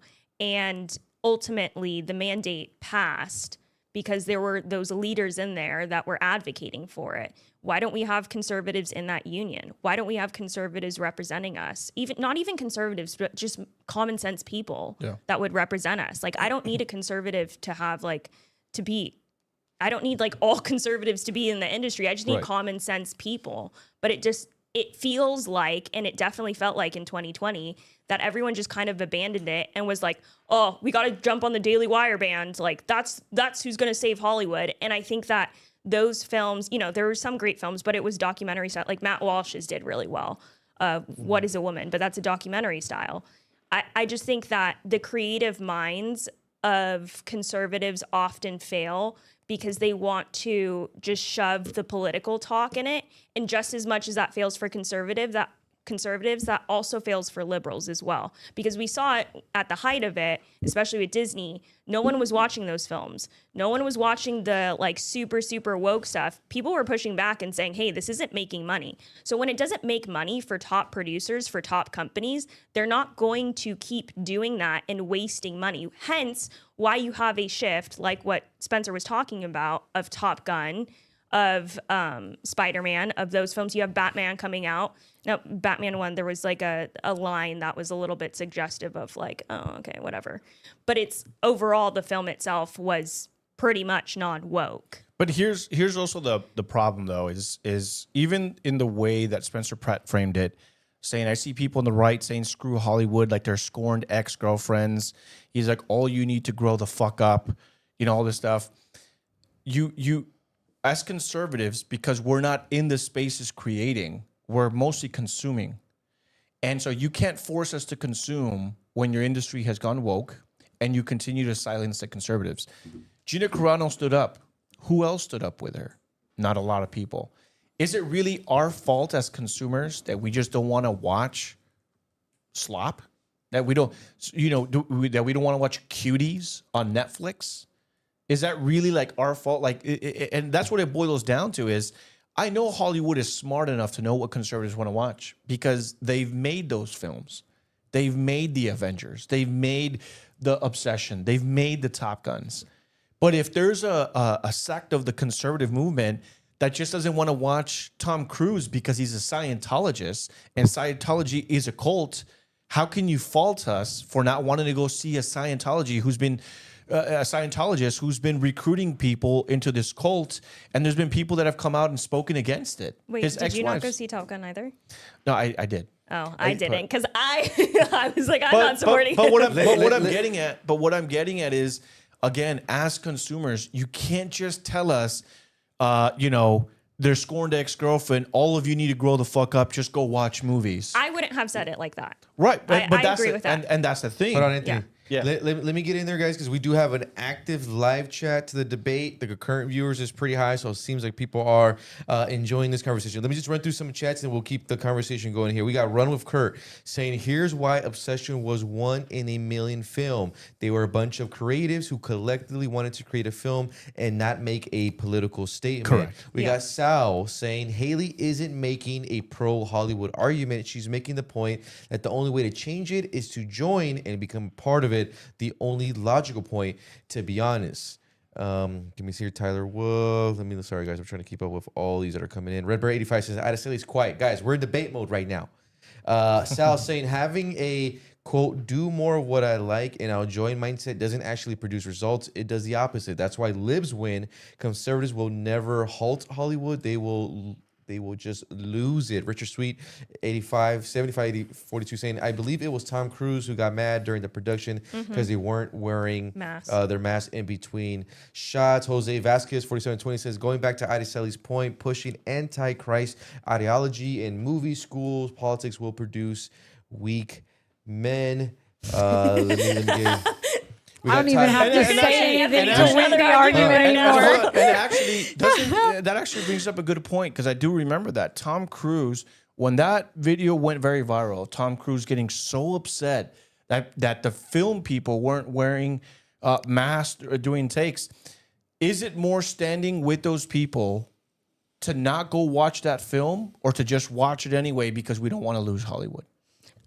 This isn't about losing Hollywood. I think this gives an incentive. But that's literally Spencer Pratt saying. I know. I'm not agreeing with him all the way. I'm Okay. saying from an argument that this incentive is a good thing because it allows people who are like us, who are creatives, who, don't agree with the industry to get some benefit out of it, to have creatives who just don't want a political view in their films to get an incentive from it. It gets people to come back here in the US and start their productions here like we used to do in America. And I think it's so important. And I think this is why conservatives really lost, a lot of the movement starting back from the Bush era really is that we jumped out of creating culture. We just watched culture.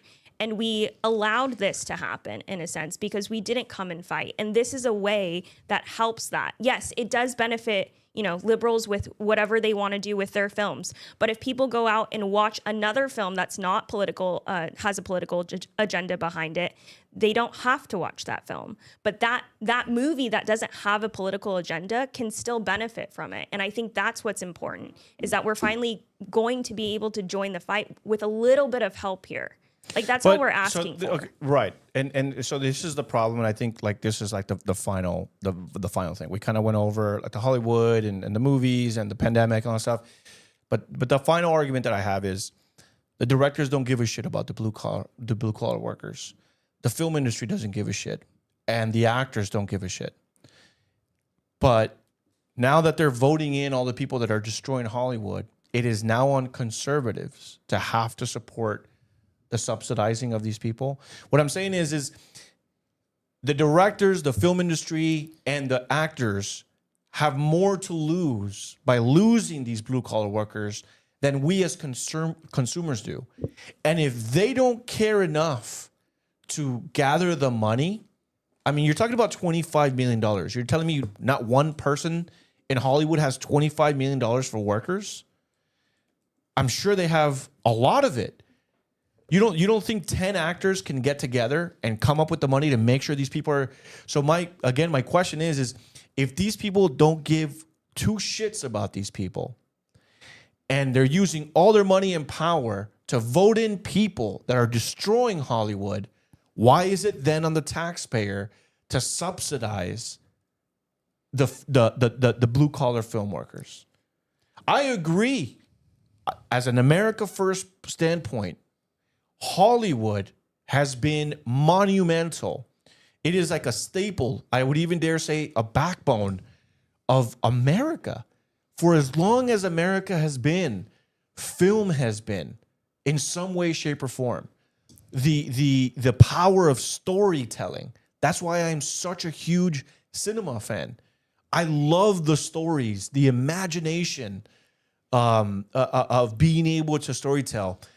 But again, the question goes back to if these people don't care at all and they will use all their power and money to vote in the people that is destroying that industry, I just don't think it's fair to come back to the taxpayer and be like, hey, the people that we don't care about, you guys need to fix that because we're not going to pay for them, even though they're the ones literally building the sets. So that was my final question to Spencer Pratt. And nobody could answer that question. I would adamantly disagree that it's all directors and actors that don't care about blue-collar workers. One person that comes to mind is Keanu Reeves. Keanu Reeves notoriously gives back to his set and his, fellow actors, especially after being on films. He's very, very generous with how much he makes on a film and giving back. There are actors like that give back when they do a film. I think the blue-collar workers are essential to a film, and directors know that just as much. And, there are some actors who are drama queens or kings, and they don't give two shits. But I think at least for what I've seen, there's a lot of respect for people who set up the lights. There's a lot of respect for people who are behind the camera that do all the heavy lifting.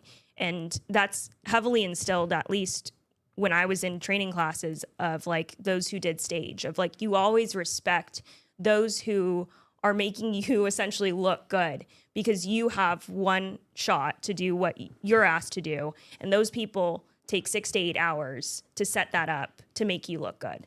And so I think that, when I was coming up, there was a lot of respect for those people who worked behind the camera. So I wouldn't say that everyone in that industry hates the blue collar workers. Again, I just go back to the sense of like, one, it's a drop in the bucket. Two, this doesn't just help liberals. It helps people who are just creative and conservatives to join in the game. I just want to be clear. It's not that I think the $25 million are going straight into the hands of liberals that hate me and then funneled through Karen Bass.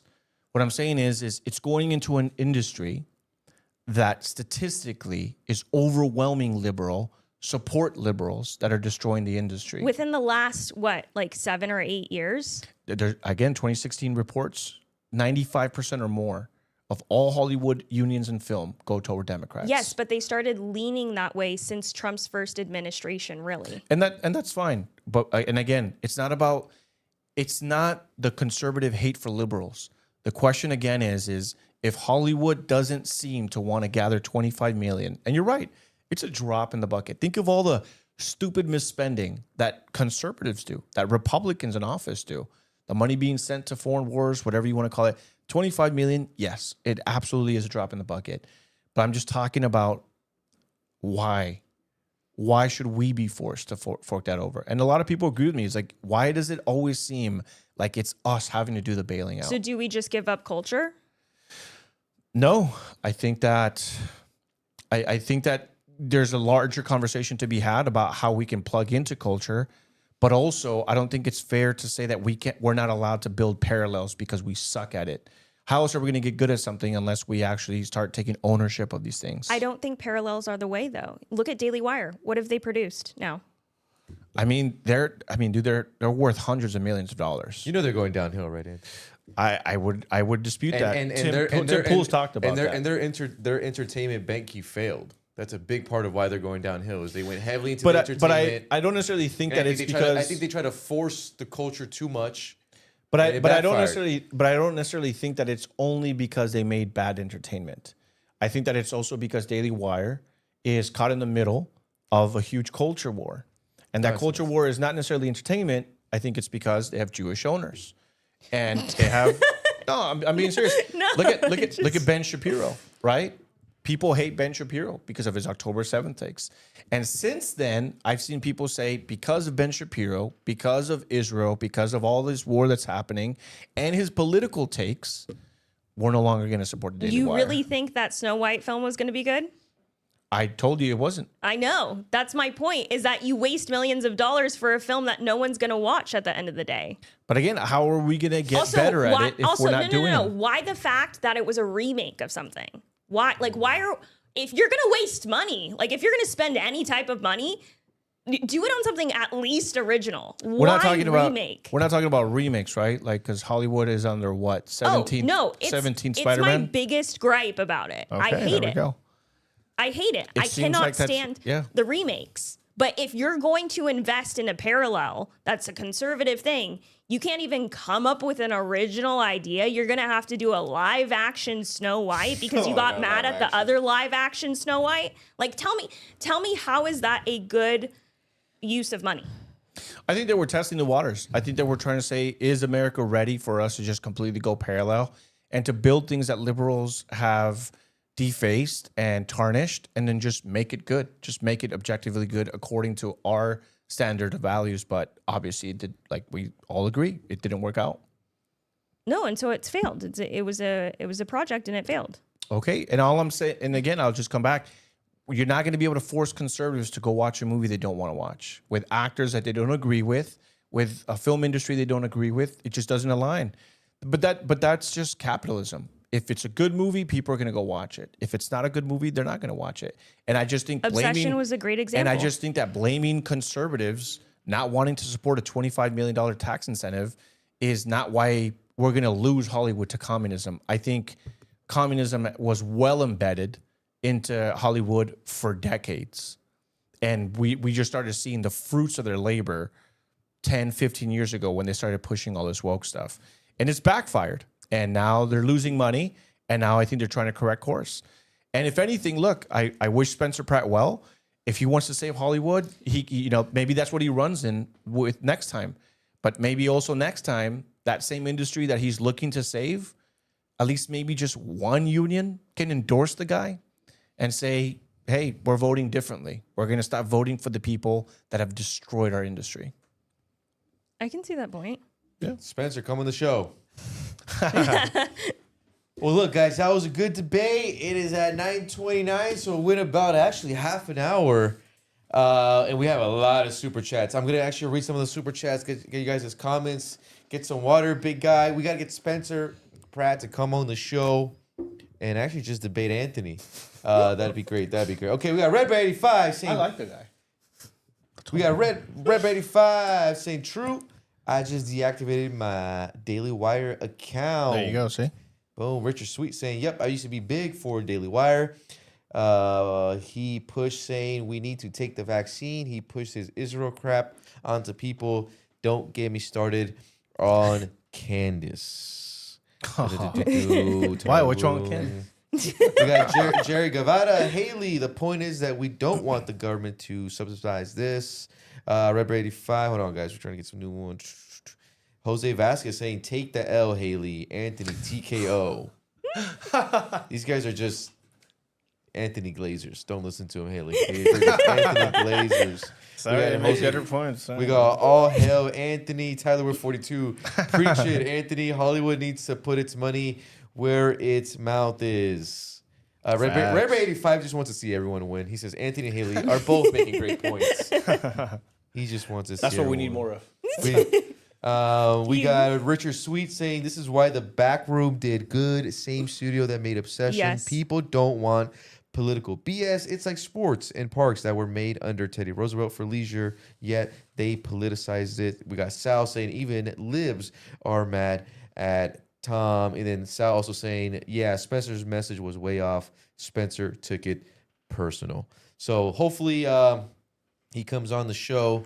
The fact that he even got an attention, you know, it was actually a big deal. So, and again, I just want to make clear, I love the guy, supported the guy. We invited him on the show for whatever reason he didn't come on. Perfectly fine.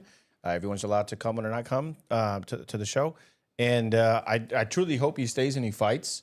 I hope he gets some W's in Hollywood. And maybe if he runs again for whatever it is, he's got that in his back pocket. The fact that he helped save the industry. And again, to me, it's more like I just hate the unions. So when I researched that no union endorsed them, I was like, dude, that's just shitty. He said no movies. Yeah, I Yeah, can agree it's with hating crazy, the man. unions. I think also, again, there could be non-conservative people that hate the political ideology, create another outside union or a guild. Why hasn't that been done? Make movies. Somebody Why make some movies. don't you do it? Because I'm doing my job as an investigative reporter, bro. How many jobs do you want me to have? I don't know. All right. Well, maybe that's why no one else has done it, because Then they're we all go through working some their chats, jobs. but yeah, you know, that was a great debate about Hollywood and movies. I think on the way here, Anthony was obsessed, man. He's like, yo, I want them to make a conservative Brokeback Mountain 2. Who can make the conservative Brokeback Mountain 2? And I'm just like, this guy, you know, live action. What's funny is he was asleep the whole time over, so he must have dreamt that I said that. And then we got Richard Sweet. We said, don't let them attack you, my Pookie Anthony. We got Run with Kurt, Jorge, all arms, no legs. I think a lot of people screenshotted my leg and calf. That's not going to be a good Run look. with Kurt also saying another issue also comes with our other creatives, left-leaning, wouldn't want to collaborate with conservatives in entertainment, even if it was some good writing. We got Isaac Hernandez saying Shabbat Shalom Anthony. Sal, What? That was Hell no. that was a good segment for real. Yeah, guys, we actually need to have a little bit more debates here. That was a good one on Hollywood. We got philosopher saying Araceli too quiet. Jorge trying to say things. Jose Vasquez saying waiting for Spencer's / Trump response. Yeah, we'll see. We got Tyler Wolf saying, hey, I'm a conservative artist. I would love to work on some conservative movies and projects. Well, boom. Let's go. There you go. 9:33. I actually wanted to move on. Does Araceli have any? Yeah, My what are your topics thoughts? or my thoughts? Well, Thoughts on these movies? Oh, on the movies? Not really, Do honestly. you have a favorite movie? You watch movies? I don't really watch movies. you're just Other than working. hanging You out with have to guys. work. See, this is the problem with conservatives. What She is doesn't the even- problem She with doesn't even watch movies. She doesn't watch movies, but she's always She's at the power working. I'm working. She's I gotta pay working. bills. I gotta Gay. feed all the children I have. Do you have a favorite movie? No, I don't like movies. I think the only series that I'm really into consistently is House of Dragons. Really? The Tism. No, I've heard that was really great. It is really House good. of Yeah. Dragons? If you're watching, I recommend it. They're not paying me, but You should don't watch like any it. Have you movies? seen You don't Game have a of- movie you like? Have you seen got Game of Thrones? I like Game of Thrones too. You don't got one movie you like? I don't really have like a favorite movie. Like Not even I've watched growing movies. up? Not really. I've never liked. It's not really. So when I'm not a movie person. I like if I'll go to the movies and I'll watch movies. Usually I'll fall asleep. Like I watched the Marvel series, the Avengers series, but Yeah. now it doesn't even. No. I can't stay awake long enough to pay attention to it. All right. Do you like trains? That's a key. She watches train videos.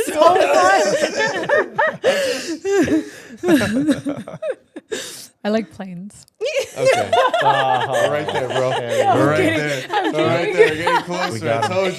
I told you. It is 9:35. Thank you, everyone who's still watching. The chat is nice and lively. I did want to move on here and get to Haley. Let's get to your story. Daily Signal. The headline I have here: Trump administration makes major changes to homelessness crisis approach. This is also coming at a time where this homeless issue is making it back in the news because of Bill Saley's announcement about the animal abuse. But Haley, take it away. Jerry just sent over. Please tell me that they're giving people shock gloves to handle the homeless. No, they are not giving shot gloves. This week, HUD Secretary Scott Turner was in town along with HHS Secretary Robert Kennedy, F. Kennedy Jr., and they made their first stop on Tuesday at the Dream Center. That one was very specific because it is a faith-based organization. So their point was basically calling out the halting of funding, homelessness funding going to LAHSA. And they are now going to start looking at faith-based organizations due to the results that they have gotten over the years. So RFK really talked about the prices of per person. He said something along the lines of, at the Dream Center, it's about $7,000 per person to house and recover them. And I think at a regular NGO down on Skid Row is about like $100K, I want to say, something along those lines. So those two differences within the amount of money is one thing. The second thing that really came into a factor on Wednesday, yesterday, they went down to San Diego. I forget the NGO that they were at or the organization. It was another faith-based one. But they announced that they are now going to have a new approach, which is treatment first. So it is a very opposite approach against California's Housing First. We enacted Housing First in 2016 and made that big push for it. There was a report done from the LAO study that was released, I think, this year. Since 2019, I believe we spent an estimated $37 billion on Housing First.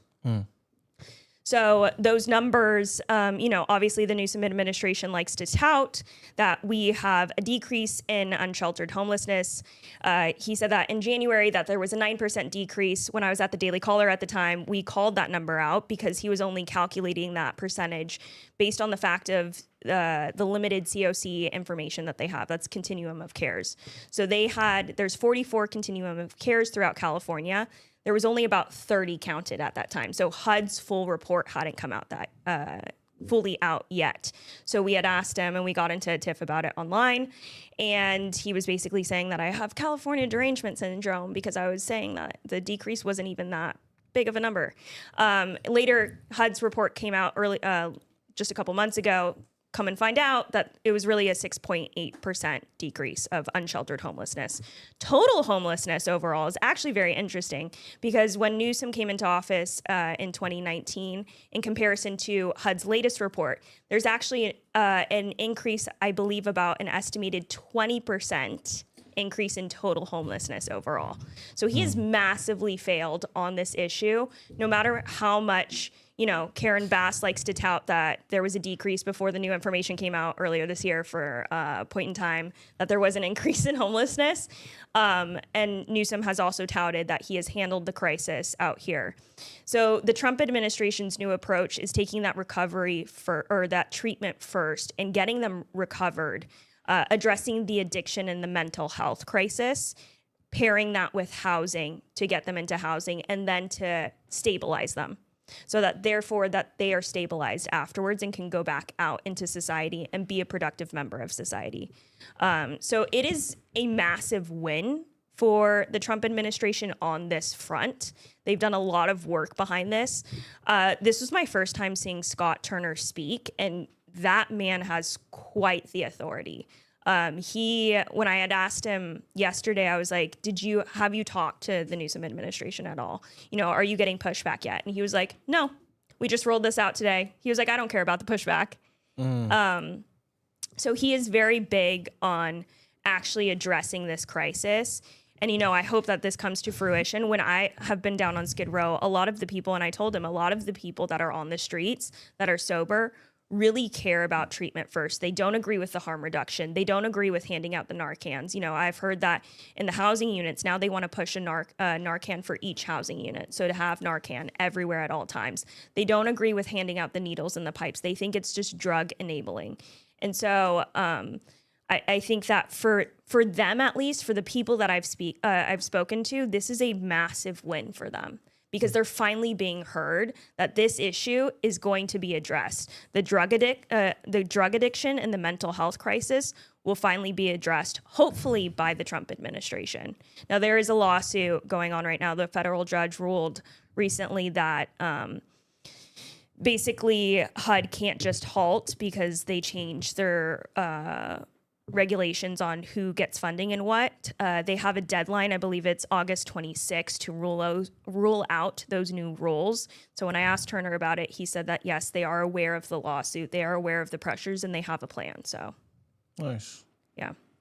Dude, it's been so insane. I actually, Jerry, I'm gonna send you this because this is on that topic of the recovering housing. Let me see, Jerry, if you got it. This is the mayor of Santa Ana, and we'll have Haley react. I'm Valerie. You probably already I'm seen the this, mayor of Haley. the city of Santa Ana. They were like, I'm out this 'cause morning. I haven't seen a mayor from SoCal do this.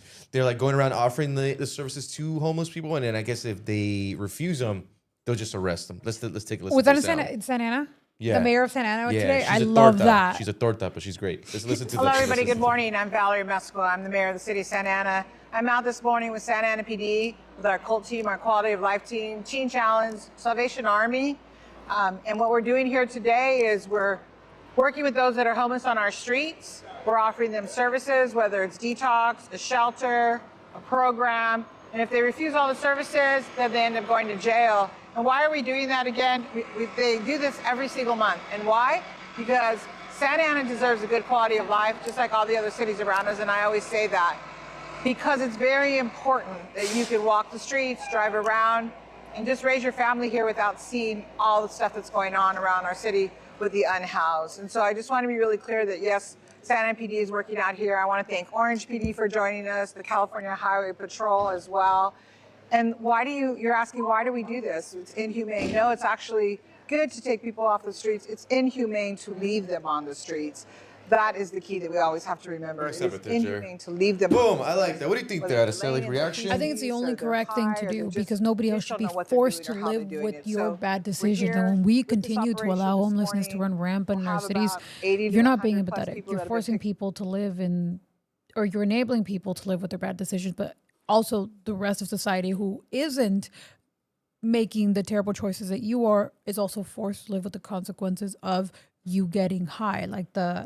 When it comes to Skid Row, and it's not just Skid Row. Have you guys seen those videos of now there's multi-story homeless? Yes. Yes, you saw that, right? And it's embarrassing. But next to those buildings are what, either apartments or a space where people are running a business out of that they can no longer run a business out of because nobody's going to want to go into your business if that's what you have in the front. I've worked in and around Los Angeles my entire life with business owners who have continuously told me, we can't run a business when there's RVs that the city won't move, that they can't move, where they're making meth, they're lighting up, they're messing with the electricity. They're a hazard. Dogs. They're abusing dogs. They're a hazard. There's children living in there, right? And people can't go on with their daily lives because someone else is making a bad decision. And then there are leftists who continuously say, hey, it's more like we cannot like push these people out because where are they going to go? Well, morally, you're also impacting everybody else's ability to either make a living or live in a safe environment. So if these people don't want to make their lives better, straight to prison. Why should society be forced to be a worse place because of your actions? It's a good decision to make because, yes, you're still offering them the ability to get help and to better their lives. You're no longer enabling that bad and those bad decisions that will steal years, if not their entire life. So now go to jail or make your life better. I like it. I do. Finally, somebody's got the balls to do this, and it had to be a woman. You like? Oh, you hear that, bro? It was a woman mayor that stepped up. It was no man. No men. Wow. The men are actually enabling these bad decisions. Like, look at Gavin Newsom. Okay, so we got Santa Ana doing that. The mayor from my hometown still wants to give them fentanyl. Haley, you agree with Santa Ana's approach? Yeah, I definitely. I was actually just talking about this with a family member that works a lot on homelessness and has seen it for quite some time in the LA County area. And one of the questions that he was asking was, what's going to get them to go to treatment if they don't want to go to treatment? And I think you have to have a consequence in order to get them. I think one of the things that the administration is really wanting to focus on is street outreach, which we have street outreach in LA for certain things, for housing first. That oftentimes, though, is basically just putting an addict within the housing. And so you have people that are living in there that are sober and trying to get clean, living with an addict. And then you have the drug dealer on the outside as well. So those people have actually asked the Bassman administration. I've been down to their town halls and they're like, can you please start vetting people? Like, because we can't handle this anymore. This is crazy. And they're like, it would be discriminatory to vet people in the housing system. And it's like, okay. So I think that this type of, if you aren't going to get treatment, if you're not going to go into recovery, there is going to be a consequence at this point. Because the only other option would be to get a mental institution that's run by the state. And I don't trust the state at this point to run a mental institution. So it's like, this is the only viable option that we have right now. And if places like the Dream Center work, then why not invest in them? Why not replicate that type of organization that can actually help people become more productive and get clean? We got to get her, the mayor, on the show. Yeah, that'd be actually pretty good. Yeah, That'd be pretty good, huh? Yeah. Hopefully. And also for the record, Gavin Newsom is weak, but he's not a conservative man. Men are weak. Liberal men, yes. I will double down. Modern men are weak. Liberal men, yeah. Go off, Araceli. Go off, Araceli. Completely agree. If modern men were... Can you point to a conservative man in office in California that is so weak that he's not doing his job? Well, the fact that we have so little conservative men because men have failed to influence other men in a positive way, where now they're making bad decisions and they're liberals. If you guys did your job, then we'd have more conservative men. Oh, wait, I got a conservative man, Heath Flora. I don't know who that is. He's the guy that just got ousted at the California Assembly leader. Oh, yeah. I know personal stories about the guy, and it looks like it was kind of like a targeted attack. Oh, he's a San Joaquin guy. Yeah, I'm just saying. But we got 12 we're minutes talking about the solution for homelessness. Oh, yeah. So I've actually given a lot of thought to this. So God is so wonderful, bro, that he created these things. So just great. They're called islands. So what you do is you grab all these homeless people, and then you grab all the liberals that work at these nonprofits. Australia all over again. And you put them in Guam?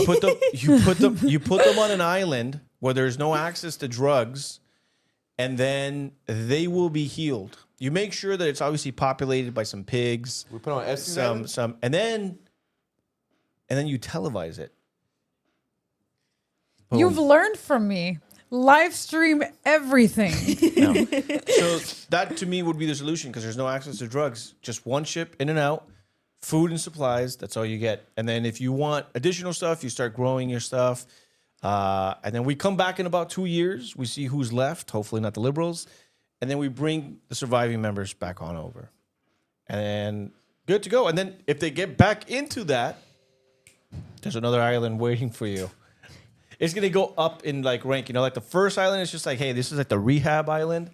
The second island, if you didn't listen or if you went back into drugs. It's like a love island, but Yeah, it's like a homeless island. Got it. Okay. But you 100% got to get like the liberals in there, you know, because I feel like it's a problem that'll just sort itself out. Got it. The liberals that say, you know, it's gotta be, has to be a bunch of liberals. Specifically the ones that say that the homeless problem. No. That the homeless problem is because the cost of living is too high and they can't afford to buy a home. And not that Not it's because they're shooting drug up with addiction. drugs. Yes, exactly. So specifically those. Yes, you see, Richard tweets, what is this, like the Squid Games? Exactly. Boom. Guys, Except it'll be the homeless games. Let me redo some of the chats. We still got a good amount of concurrent viewers. Thank you, everyone that's listened to the show. If you came on late, always say no worries. You can go back and stream it in the middle of that. We got final donation, great show, super chat by Redbear85, $50. Ooh. $50. Yo, shout out to Red Bear. Red Bear is like what, $250 tonight? Yeah. $250. Let's go. Let's get those all in ones and go to Figueroa. I wish that all of our chat was like Red Bear. I mean, it would if gas was in $5. Your boy didn't take us to Red Bear finds a way. Let me go through these. Let's go through these. If you're a real man, we like go Red Bear, through. We you got just donate. TBW Studio says, Jorge, don't forget, I promise to tag you tomorrow. Maybe if you see it, you will know the real me. Tag me, message me, I'll follow you back. I'll shout you out. I got you. Haley, you're interacting with TB on Insta? Yeah. Damn, I gotta get the name down. Okay. Show me. We got Jerry Guevara I'll show you after saying the show. Araceli is just a man eater. I just want to Man eater. Sorry. That was a genuine mistake. That was a genuine. What do you expect? I was in third love grade. men so much. I think they can do better. Richard Sweet says that's a lack of accountability. We got Red Bear 85 saying Araceli should be a drill sergeant instructor so she can yell That would've been at fun. the weaker men to She become can't even do 3 stronger. push-ups. You want her to be a drill sergeant, bro. Jose Vasquez says Araceli That can be fixed. Jose Vasquez says Araceli can't find them in gay bars. Richard Sweet says Araceli Who's all the losing her good men? vote. Lord Vinzinger Sama, by the way, is there a way to contact the folks in the Americanos podcast since I want to recommend guests for them to invite? I guess just DM us, right? DM us on IG. We do have an email, theamericanospodcast @gmail.com.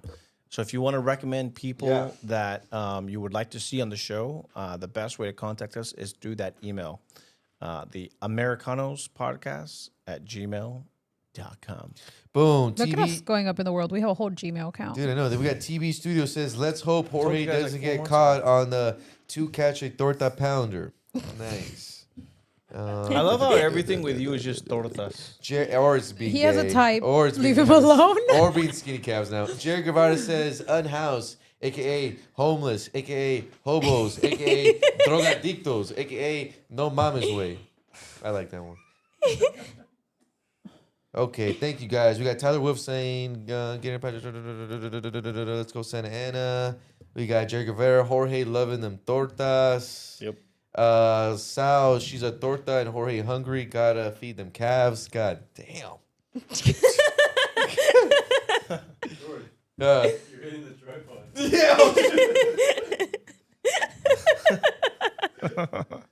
And then Red Bear 85 at TB Studio says, do you know Haley has a bachelor's degree in you do, Haley? Bachelor's degree in journalism? Yeah. How did you not know The chat knows that. The chat knows that. I know, but how did you not know that? And then TB Studio says, incredible journalism from Haley. Literally a true inspiration. TB Studio. We have a lot, guys. We have a lot. Thank you guys. It is 9:53 here in the West Coast. We do have some followers from the East Coast. It's closing in at 1 a.m. over there. We're coming up, guys, on the Tuesday show for next week. So some things that are coming up. We're gonna have a guest in, Juan, the guy who runs the Instagram page Clean with LA. Have you guys seen it? Juan's doing the great work because everyone in our city absolutely fucking sucks, can't do shit. So Juan, regular Mexican guy, has to clean up all the homeless and all the mess all by himself, and he's been doing a great job, and his social media has just exploded. So we're gonna have Juan come in and talk about how much LA sucks and how much he has to keep putting in work. So hopefully we're gonna highlight, elevate him. I'm trying to think. We got I can't say too much, but we have a social media. I'll say this. I'll say me and Anthony have a social media anti-Bracera campaign that we are loading. We're cooking. We're not gonna say nothing yet because when it drops, it drops. But it's loaded. It's cooking, guys. We need to stir up the pot when it comes to this Bracera stuff, and kind of a way to do it is through a social media kind of bam, And I know that our followers will support it. So we can't say too much, but we need you guys to support this anti-Bracera social media campaign when we drop it. I'm trying to think here. We got any news stories? I think we're going to be hitting the ground with Joey soon and some exclusive reporting. Araceli, anything cooking up campaign-wise? Everyone shout out their work. No, we're working on fundraising and door knocking. So, BB, donate. How do you think fundraising will go when you keep calling everyone that follows you just weak? I want to make the state a better place for you so that you guys can influence stronger men. So, Her whole thing is men sucks, huh? no. I'm saying my whole Campaign spiel is slogan, men can men be suck. better. Okay, I like that. You can be better. I've been saying that for days. That is crazy. What'd you Men say it suck. like? Maybe I should. Vote for Araceli. That's exactly what I think my last 10 exes have told me. Men suck. You could be so much Well, feminism has been for the last few years. Feminism has dedicated themselves to emasculating men so that women can be elevated, and I don't think that should be that's necessary. So I think men should be. Do you think can be better. feminism has penetrated conservative men? Why did you say that word? Well, it's just okay, I penetrated through just. Okay, I guess let me rephrase. Do you think I, as a conservative man, sit around waiting to hear the feminist talking points for me to change my mind? No, but I think that feminist talking points have led to a lot of the what is his name, Nick Fuentes. To a lot of the men being, black-pilled? Not even red-pilled, black-pilled. Because feminism has focused, like I said, on minimizing, emasculating, and making men move aside for women, a lot of them have turned into incels, incels. That actually makes sense to me, bro, because it's the opposite reaction. Mm-hmm. Like you have Andrew Tate as your red pill, and the Nick Fuentes is the black, right? Because Nick is where you're at, I just hate women. Mm-hmm. Yes. But I think Nick just says that because he just wants to get I think he's gay. I think Andrew Tate's gay. You think Andrew Tate is gay? Yeah, he has to be. I like that there's that guy that looks like him and he dances all the time. Oh, I love that. Yeah, right. And I think that guy is for sure gay. Yeah. Well, yeah, he's gay. I don't follow him. He just comes up from time to time. I think it's because you like him. Oh. Well, But, because what do I have to do with your algorithm? I know, dude. It's a bump. Because- He's I don't follow him, but he always pops up on my feed. It has to be that's the way it Araceli's works. fault. No, but that's the way the algorithms work. Is sometimes the algorithm feeds you what your friends are liking. Have you shown me a post where I've liked it? I mean, right now it's gonna take some time. Because I haven't liked the post, so you can't blame me, Anthony. Okay. All right. Just saying that it does work that way. Whatever your algorithm is feeding you, it can sometimes feed your mutual friends. Because if it says if this person likes it, then maybe their friends like it. Bro. You're getting some guys. Do you guys get animated animal videos? I'm curious because that's what my algorithm Oh, she got is. the tism. That's the tism, bro. If that's not the tism, I don't know what it is. Also, your algorithm isn't necessarily only because you're liking stuff. You can just say things around your phone, and your algorithm's gonna cater it according to what you're saying. Yeah.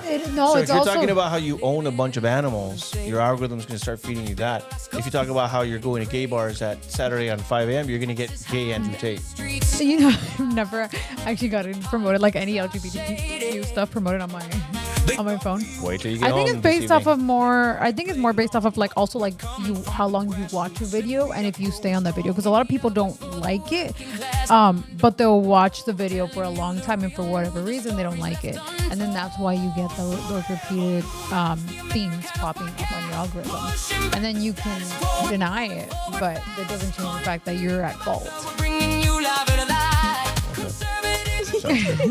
All I'm saying is like conservatives are not like listening at all to feminists. Like we don't care what they Just have to because say. you don't listen to them doesn't mean that your actions aren't shaped by them. What actions do you think I've taken that are? Not you, but you've got to remember that you are like, you can't just keep using yourself as an example. You're a very small fraction of the conservative But you and keep talking about Republican conservative men. men. I am a conservative man. Yeah, and you're one of the very few that might actually live what they're preaching. And you know that. You know that. So you can't use yourself as an example when you know that other conservative men are being because I fit bad into examples. That thing. You are selective about the men that like I wouldn't consider. I guess maybe I could consider Nick Fuentes to be a little bit conservative. I don't. But I'm saying that also to say in general, he's gay so- is kind of crazy. In my opinion. But I don't know. You hang out with gay men all the time, so maybe you know better than I do. Yeah, me and him could be My besties. gay- And let me me and tell him you, and the dude, besties. I don't even have a gaydar. Like it's just people have to literally tell me. There's people like, can you believe he's gay? Like Tom Dillon, for example. Tim Dillon. Tim. I had no idea. I don't sit around at home like, man, I wonder if this guy's Yeah, gay you do. I or got a not." text message Yeah. from you once asking if I was gay. Huh? I got a text message from you once asking if I was gay. What do you mean? No. We were talking about your stories. No. I 'Cause got you a random responded- text message at like No, 10 'cause you a.m. res- 'cause you hey, responded to Hasan, your are stories. you actually gay? I was like, where did this come from? From your stories. Because So that's you what you do talk sit about. around. So you That's do what- sit around at home wondering if people are gay. Oh my god. First of all, I said men. And secondly, you're a friend. I'm talking about like random people. Like I don't just like watch random videos of people like, man, I wonder if this guy's gay or not. You know? No, I'm just kidding. I'm just giving you a hard time. That's what you live for. I do. To give me a hard time. All right, guys, it is 10:01 on the Thursday show. We'll let everyone do a last sign off here. We'll go down the road. Haley, any last sign off? Anything you're working on? Support water and soil testing. No, for the Yay. Ladera cancer stuff, which is actually important. And then we have a big interview coming up for next week. That'll be weird. Ooh, Can't say. hint. Can't say. Oh, is that Daily Signal, right? Drop it. No, that one will be California Courier, but also Daily Signal will host some of the videos and stuff. Oh, Mr. Anthony, any sign, Joe? No, nothing super crazy. Just excited to have my son come visit for 2 weeks from the Air Force. Nice. And then, yeah, man, just Tell them to with get the ready, baby. bro, for this cancer. Yes, sir. But yeah. I'm very excited to work on that project with you that we got coming up, and only you and me will know about it. And then us once. Yeah. And then us once we get off the live, Yes. we're gonna hear about it too. Yes. This guy's for sure. Oh. Just because I like Palm Springs. And All Anthony, right. how do you know? I just look. Oh, yeah, that's how you know. I have a gaydar. He's like, I don't. It's not like he knows from experience, right? Nope. Anyways, Araceli, any last sign off on this Thursday show? what kind of gay bars are you going Someone to? said, Araceli, you're blaming conservative men for liberal men and liberal women's mistakes. Yes, I am. Correct. Because you're Which supposed has to been my influence. entire point. Literally, For no, weeks. that is my point. You're supposed to influence society. You're supposed to influence conservative men people like in a Gavin positive Newsom. way. If you're conservative and only in your sphere you're conservative, you're not doing your work. Especially if you're religious, you're a religious conservative. Because as a Christian, you are supposed to be spreading the word of God, right? And when you're just keeping it to yourself and you're not trying to influence society in a positive way, you're not doing your religious, the religious work that you are supposed to be doing. Fascism is meant to be spread. I agree. Okay, we got Jose Vasquez saying Araceli just wants a conservative strongman's bank account. nothing wrong with that, right?